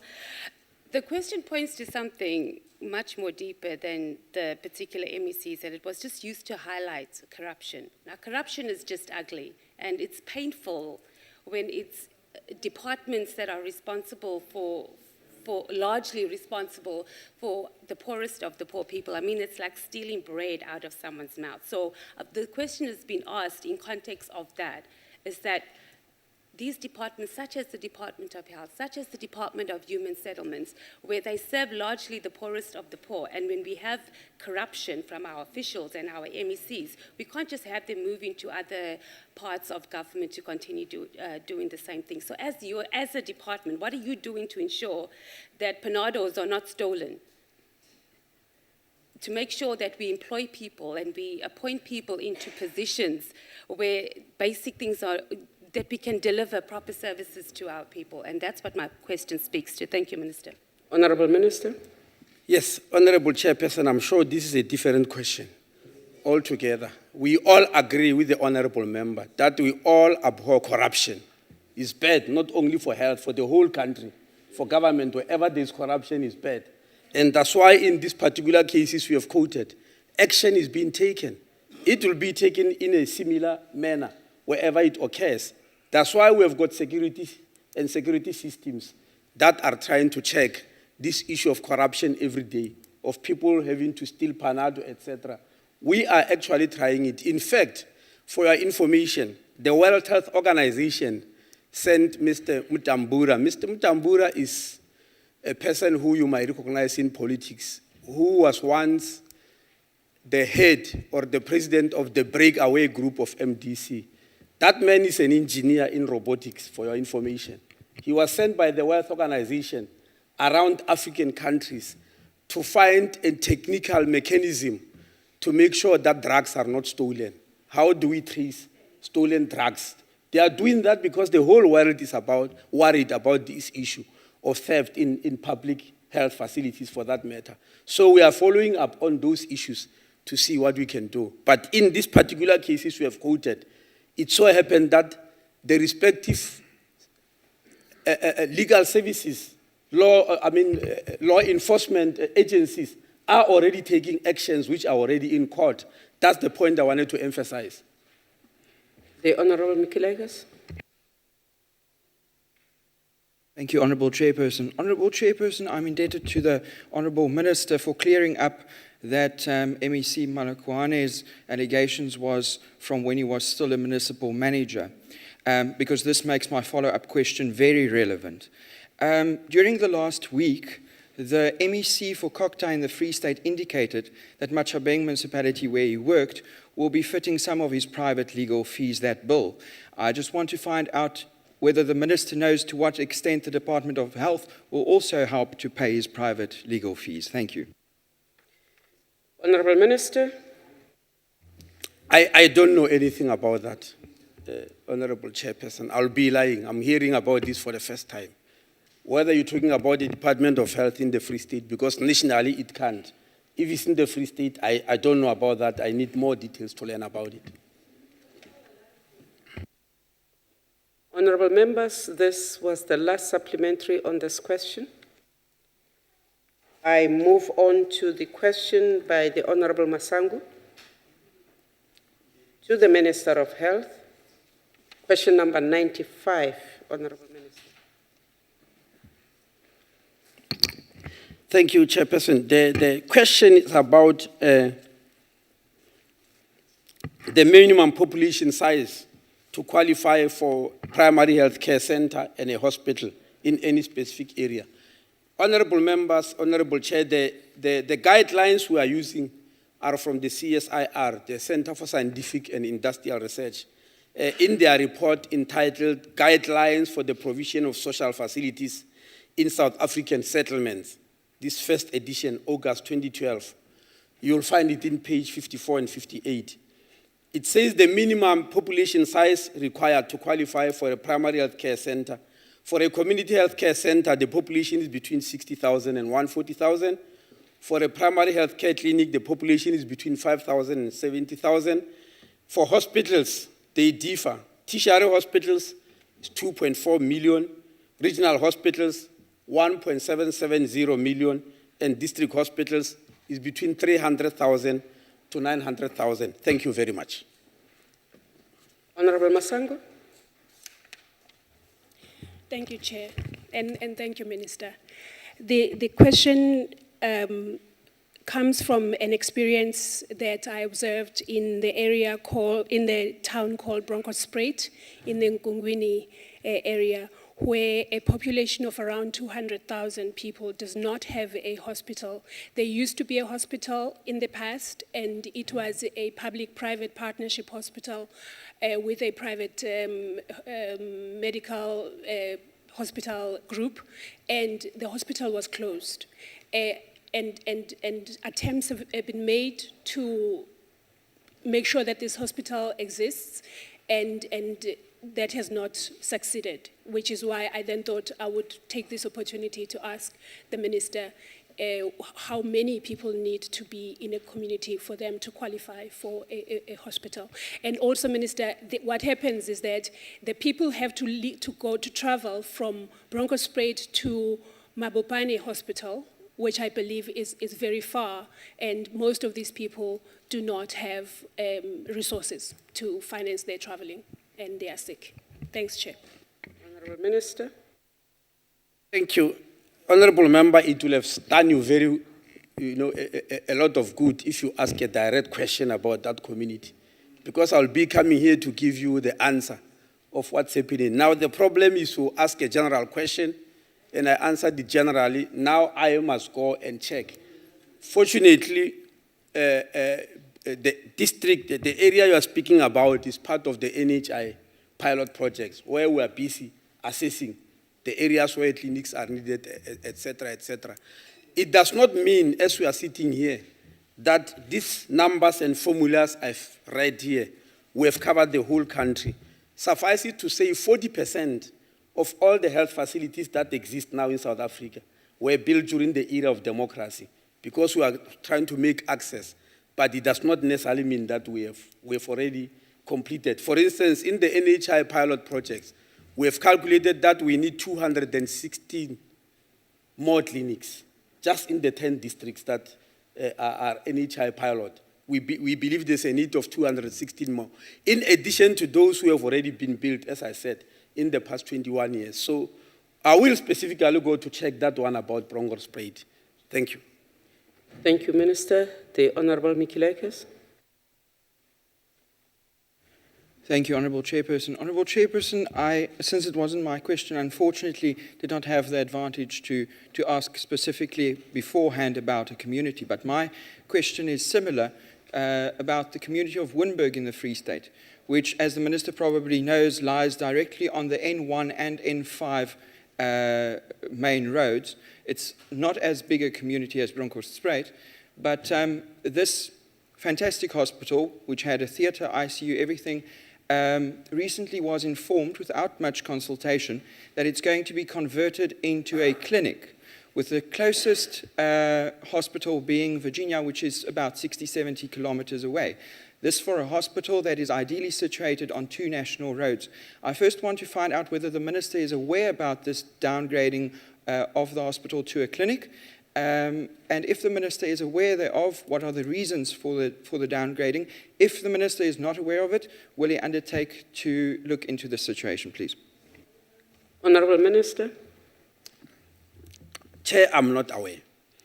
But what I do know is that in 2011, we issued the government gazette, which members ought to be aware of, where we're redesignating the hospitals afresh in the country into 5 categories.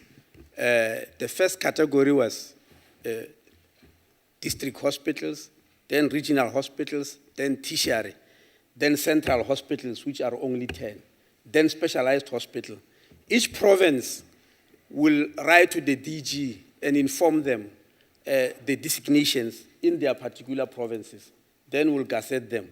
And we clearly said any facility that has less than 50 beds must not qualify to be a hospital. We're doing so because the numbers of hospitals in the provinces were so different. For instance, if you look at the Eastern Cape at the moment, it has got more hospitals than any other province in the country, by far. And when we checked, we found that some of them should not qualify to be hospitals. So we said anyone with less than 50 beds, you can't, for instance, put 10 beds in a building and call it a hospital.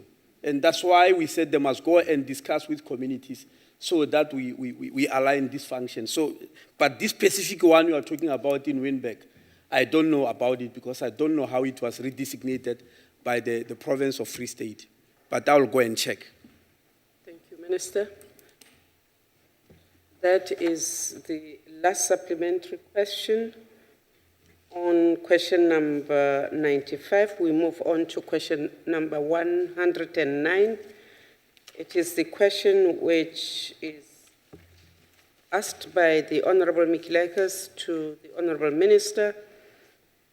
Honourable Minister, it deals with the crisis of health in the Free State.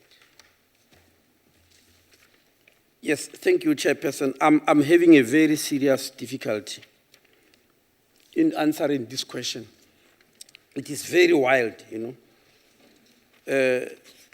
Crisis, the crisis faced by the Free State, I'm not sure exactly what it is referring to. Is it a crisis of a burden of disease? For instance, we know that the Free State has got, is one of the provinces that has got a very high burden of HIV, it's number 1. Is it that crisis? I've just told you that Lijeli Butswa district is number 1 in the whole country in terms of the crisis about TB Is it that one? Is it a crisis of management? I know that the ones have a problem of boilers, which will help them to fix, but could the member be a little bit more specific? If I just stand here and say there's a crisis of health in the Free State and start, I'm sure you are going to have to be prepared to listen for me for 2 hours because I wouldn't know what I'm talking about. Please help me in order to help you. Honorable Mikulakis. Honourable Chairperson, if I may. Honourable Minister, I'm not aware whether they supply the Honourable Ministers with DSTV or whether you just don't like carte blanche, but they had recently, for 2 Sundays in a row, they had a screening of specifically the Free State health crisis. I would hope that if a high-profile program such as that would screen a program for 2 hours, one Sunday and another one, that at least the minister would be aware of it. But to keep it brief, the crisis is mainly the state of the hospitals in general, to which the Democratic Alliance has already sent a letter to the minister to this effect. And it can be summed up as the financial crisis of the Free State as well as the general state of hospitals. The fact that there are no medicine in the hospitals, the fact that, doctors are being suspended for blowing the whistle on these things, the fact that people have to lie for months in waiting rooms just to get an operation, and frequent deaths that are actually occurring due to the fact that people are not receiving proper treatment. So I would just like to know whether the minister is aware of this. Honourable Minister. I want more clarity because I didn't hear very well about this issue of screening. Yes, because there's something that alarmed me from what the member is saying. The Deputy President of this country, Cyril Ramaphosa, launched this screening campaign on World TB Day on March 24th. In KK Kaunda district on behalf of the 6 districts, and we promised how we are going to be doing the screening for the members in that district. So if there is a shortcut somewhere, I would like to know about it. That is the first thing. The other question, yes, Honourable Chairperson, we were aware of the problem of financial problems in the Department of Health in the Free State. I did sit with Treasury to discuss it, and we sent a team there, whereby my own CFO went. There was even a problem of infrastructure and problem of boilers in some hospitals. And so the engineers from the Department of Health nationally went there to look into it. And we are still continuing to hold several meetings about the issue. I've got a standing agreement with the Premier that whenever I get time, I must come and meet him specifically about this issue of finances. You'll also be aware that the Department of Health in the Free State was put under financial administration of the Treasury there because of this issue. So those are some of the steps that are being undertaken. Thank you, Honourable Chairperson. Honourable Chairperson, it's clear from the Minister's answer that he's not aware of the fact that people are dying because of the state of health in the Free State. Now, it can be either one of the following two, and I would like the Minister to indicate which one of the two. It can either be because the Provincial Department of Health is not communicating with the National Department of Health, or it could be that the current administration is reluctant to get rid of MEC Malakwane due to factionalism. Could the Minister indicate kindly which one of the two it is? Honourable Minister, I will allow you to respond, but the second option that you are saying the Minister must look at is really to ask the Minister to be speculative about provincial and party issues which really have nothing to do with the principal question. Honourable Minister of Health. Thank you, Chairperson, for defending me on this issue. The problem, Chairperson, this matter has been raised many times and I've answered it. You know, DA has done this to me so many times. The TAC has done, I even had a meeting with the TAC. There's a belief that I must fire the MEC for Health in the Free State. Even yesterday, I had the World Health Organization conference together with the Partnership for Maternal and Child Health, which is chaired by Mama Graça Machel. She has been sent by United Nations. I had a conference with them. At the press conference, the journalist asked me this question, that I've been asked to fire the MEC for Health in the Free State. And I've been answering it. No minister in this country ever hires or fires MECs.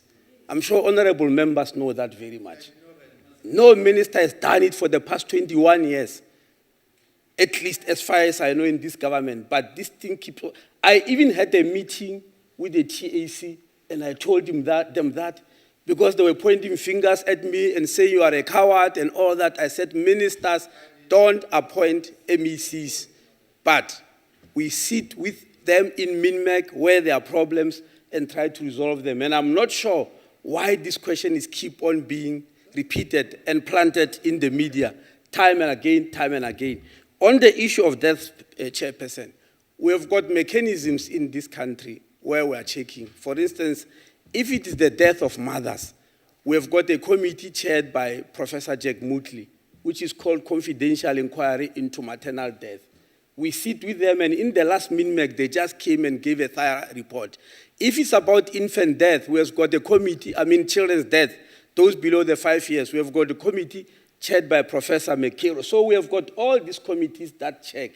And then we also check the statistics, what we call the district health barometer. We also go and check it to see in which districts there are problems. But State South Africa also give us figures, as you'll know. We also go and check in the Department of Home Affairs death register, so that to see exactly where there is an area where there's a problem. So we're not just sitting here as sitting ducks. We do check what actually is going on. But I would like the honorable member, if you are claiming that people are dying somewhere in a way that is abnormal, please give us the figures and the information so that it's not becoming general again. Please. Perhaps we might be able to answer you and say, yes, it's true, this and this was happening, there was an outbreak of this and this, there was a problem here and there, then we'll be able to answer. Thank you. Honorable Mikilaikas, you have had 3 supplementaries already. You are allowed 1 supplementary, but because I did not get the hands from the other members, I allowed. On a point of order, the first part was the minister requesting me clarity, which I provided. I've only asked 1 supplementary question. So if all the other members are done and you would indulge, then I would like another. Is there any other member who has a supplementary? The last bite, the honourable member. I am indebted to you, Honourable Chairperson. Honourable Minister, I accept your answer. I would then inquire whether the Minister would be willing to at least investigate the allegations, and if he finds that there is merit in it, whether he would consider, I agree that he can't hire and fire MEC, but whether he would at least consider Section 100 intervention. Thank you.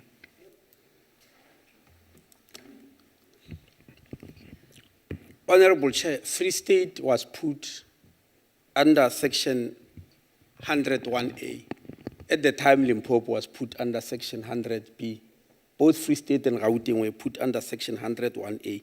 If it becomes necessary to put any province under Section 101B, we do so without any waste of time, as we have done with Limpopo. So we look into that possibility if it becomes necessary. As I know, they were under Section 101A with an advice from Treasury after the team went there. And the province itself put the Department of Health under their provincial administration. I forgot the name of the section in that case. But there's a section which they use. But if we need Section 101B, we give reasons and we go to the cabinet and we come here to the NCOP and they allow us. That, Honourable Minister of Health, is the conclusion of all 6 questions which were put to you. You are released. Honourable members, I have been receiving some requests to consider a break or opening up to your suggestion. The problem is that the rules of the National Council of Provinces are very clear on the time allocated to questions, the number of questions per minister, how long they can respond, how long a supplementary can be. What our rules are silent on is the total time allocated for questions per sitting. We do not have that. And in the absence of that, it means I am at your mercy. It is the House that can decide whether we continue, because as the rules are, we are supposed to slog on until we finish. So I can advise that we take a body break, come back, or slog off unless the House makes a different suggestion, very formally in the House. I do not have the powers to adjourn the question time. Honorable Mtimunye, I will recognize you, Honorable Mateus. Thank you, Honorable Chair. Honorable Chair, I have taken a responsibility to go out and consult with leaders of opposition parties. And we have also consulted with the ministers who are also having time pressures. We have agreed in principle that we can propose to the chair and the House that we adjourn the sitting, the proceedings, for a future date to be determined and confirmed, communicated to the ministers to finish the business of this cluster. Honorable Mateus, your hand was up. Thank you, Chair. I'm in the opposition party and we haven't been consulted. I'm sure the UDM and the IFP is not here, so I'm not sure which opposition parties have been consulted. But my suggestion is that we slog along. We've only been here for 3.5 hours. I'm sure we can do another 2 hours. We are fighters, you know. Please. Thank you. My suggestion. Thank you. The Honorable Mtimunye, Acting Chief Whip, says he has consulted. The Honorable Mateus says the EFF has not been consulted. The Ndate Khai, were you consulted? Ndate Mtimunye, it seems you did not do proper consultation. The Honorable Mikilaika, so you are speaking on this matter. Thank you very much, Chairperson. Chairperson, my point that I would like to raise, and I think it's appropriate time now, if ever, please stop me if it's irrelevant. We have been indicated right at the beginning that the Honourable Minister of Human Settlements would not be able to come here today due to the fact that she has her debates. I just think it's appropriate to bring it under your attention as well, that the Honourable Minister's debate already ended at 4 o'clock and that she was aware of this. I just think it is perhaps inappropriate that she's not in the House to answer questions today. The Honourable Dlamini. Thank you very much, Honourable Chair. She is having another commitment after the debate. We do have it in writing as a committee. Okay, the matter was brought to our attention. Can I just take you back to the decision on whether we are proceeding or not? And I do not want to put that decision to a vote because our rules are very vague. If the members of this House were saying there is unanimity on the issue, I would consider it. And if there is no unanimity on this matter, I would not. The Honourable Nyambi, the Honourable Abskachni. Thanks, Chair. I propose that to be more procedural and not end up violating some of the rules. We get to that break, allow our whip, our acting chief whip, to do the consultation. We come back, we deal with it, so that we can do justice to the process. There is a suggestion, Honourable Abskachni. Thank you, Chair. When I put up my hand, I wanted to say something else, but I will support the proposal that the Honourable Nyambi made, based on the fact that I was consulted, and the choices that has been put before us, the choice was that we should continue at another day and another time and for various reasons, but I'm sure that we can discuss that in the break and in the consultation that was. Honorable members, I'm going to break the House for 10 minutes so that those who need to walk about and those who need to consult and be consulted can do so. This House is adjourned. Will be reconvened in the next 10 minutes.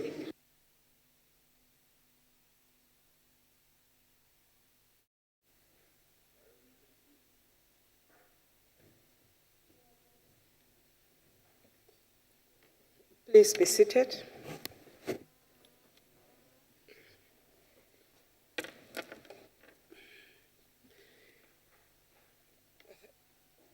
Honorable members, have you all been consulted? And if you have, what is the conclusion? Honorable Acting Chief Whip.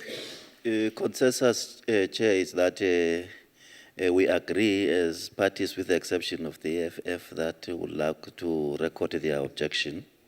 Yeah, that's the information. The objection of the EFF noted. Honorable Ministers, we do hope that you were also consulted.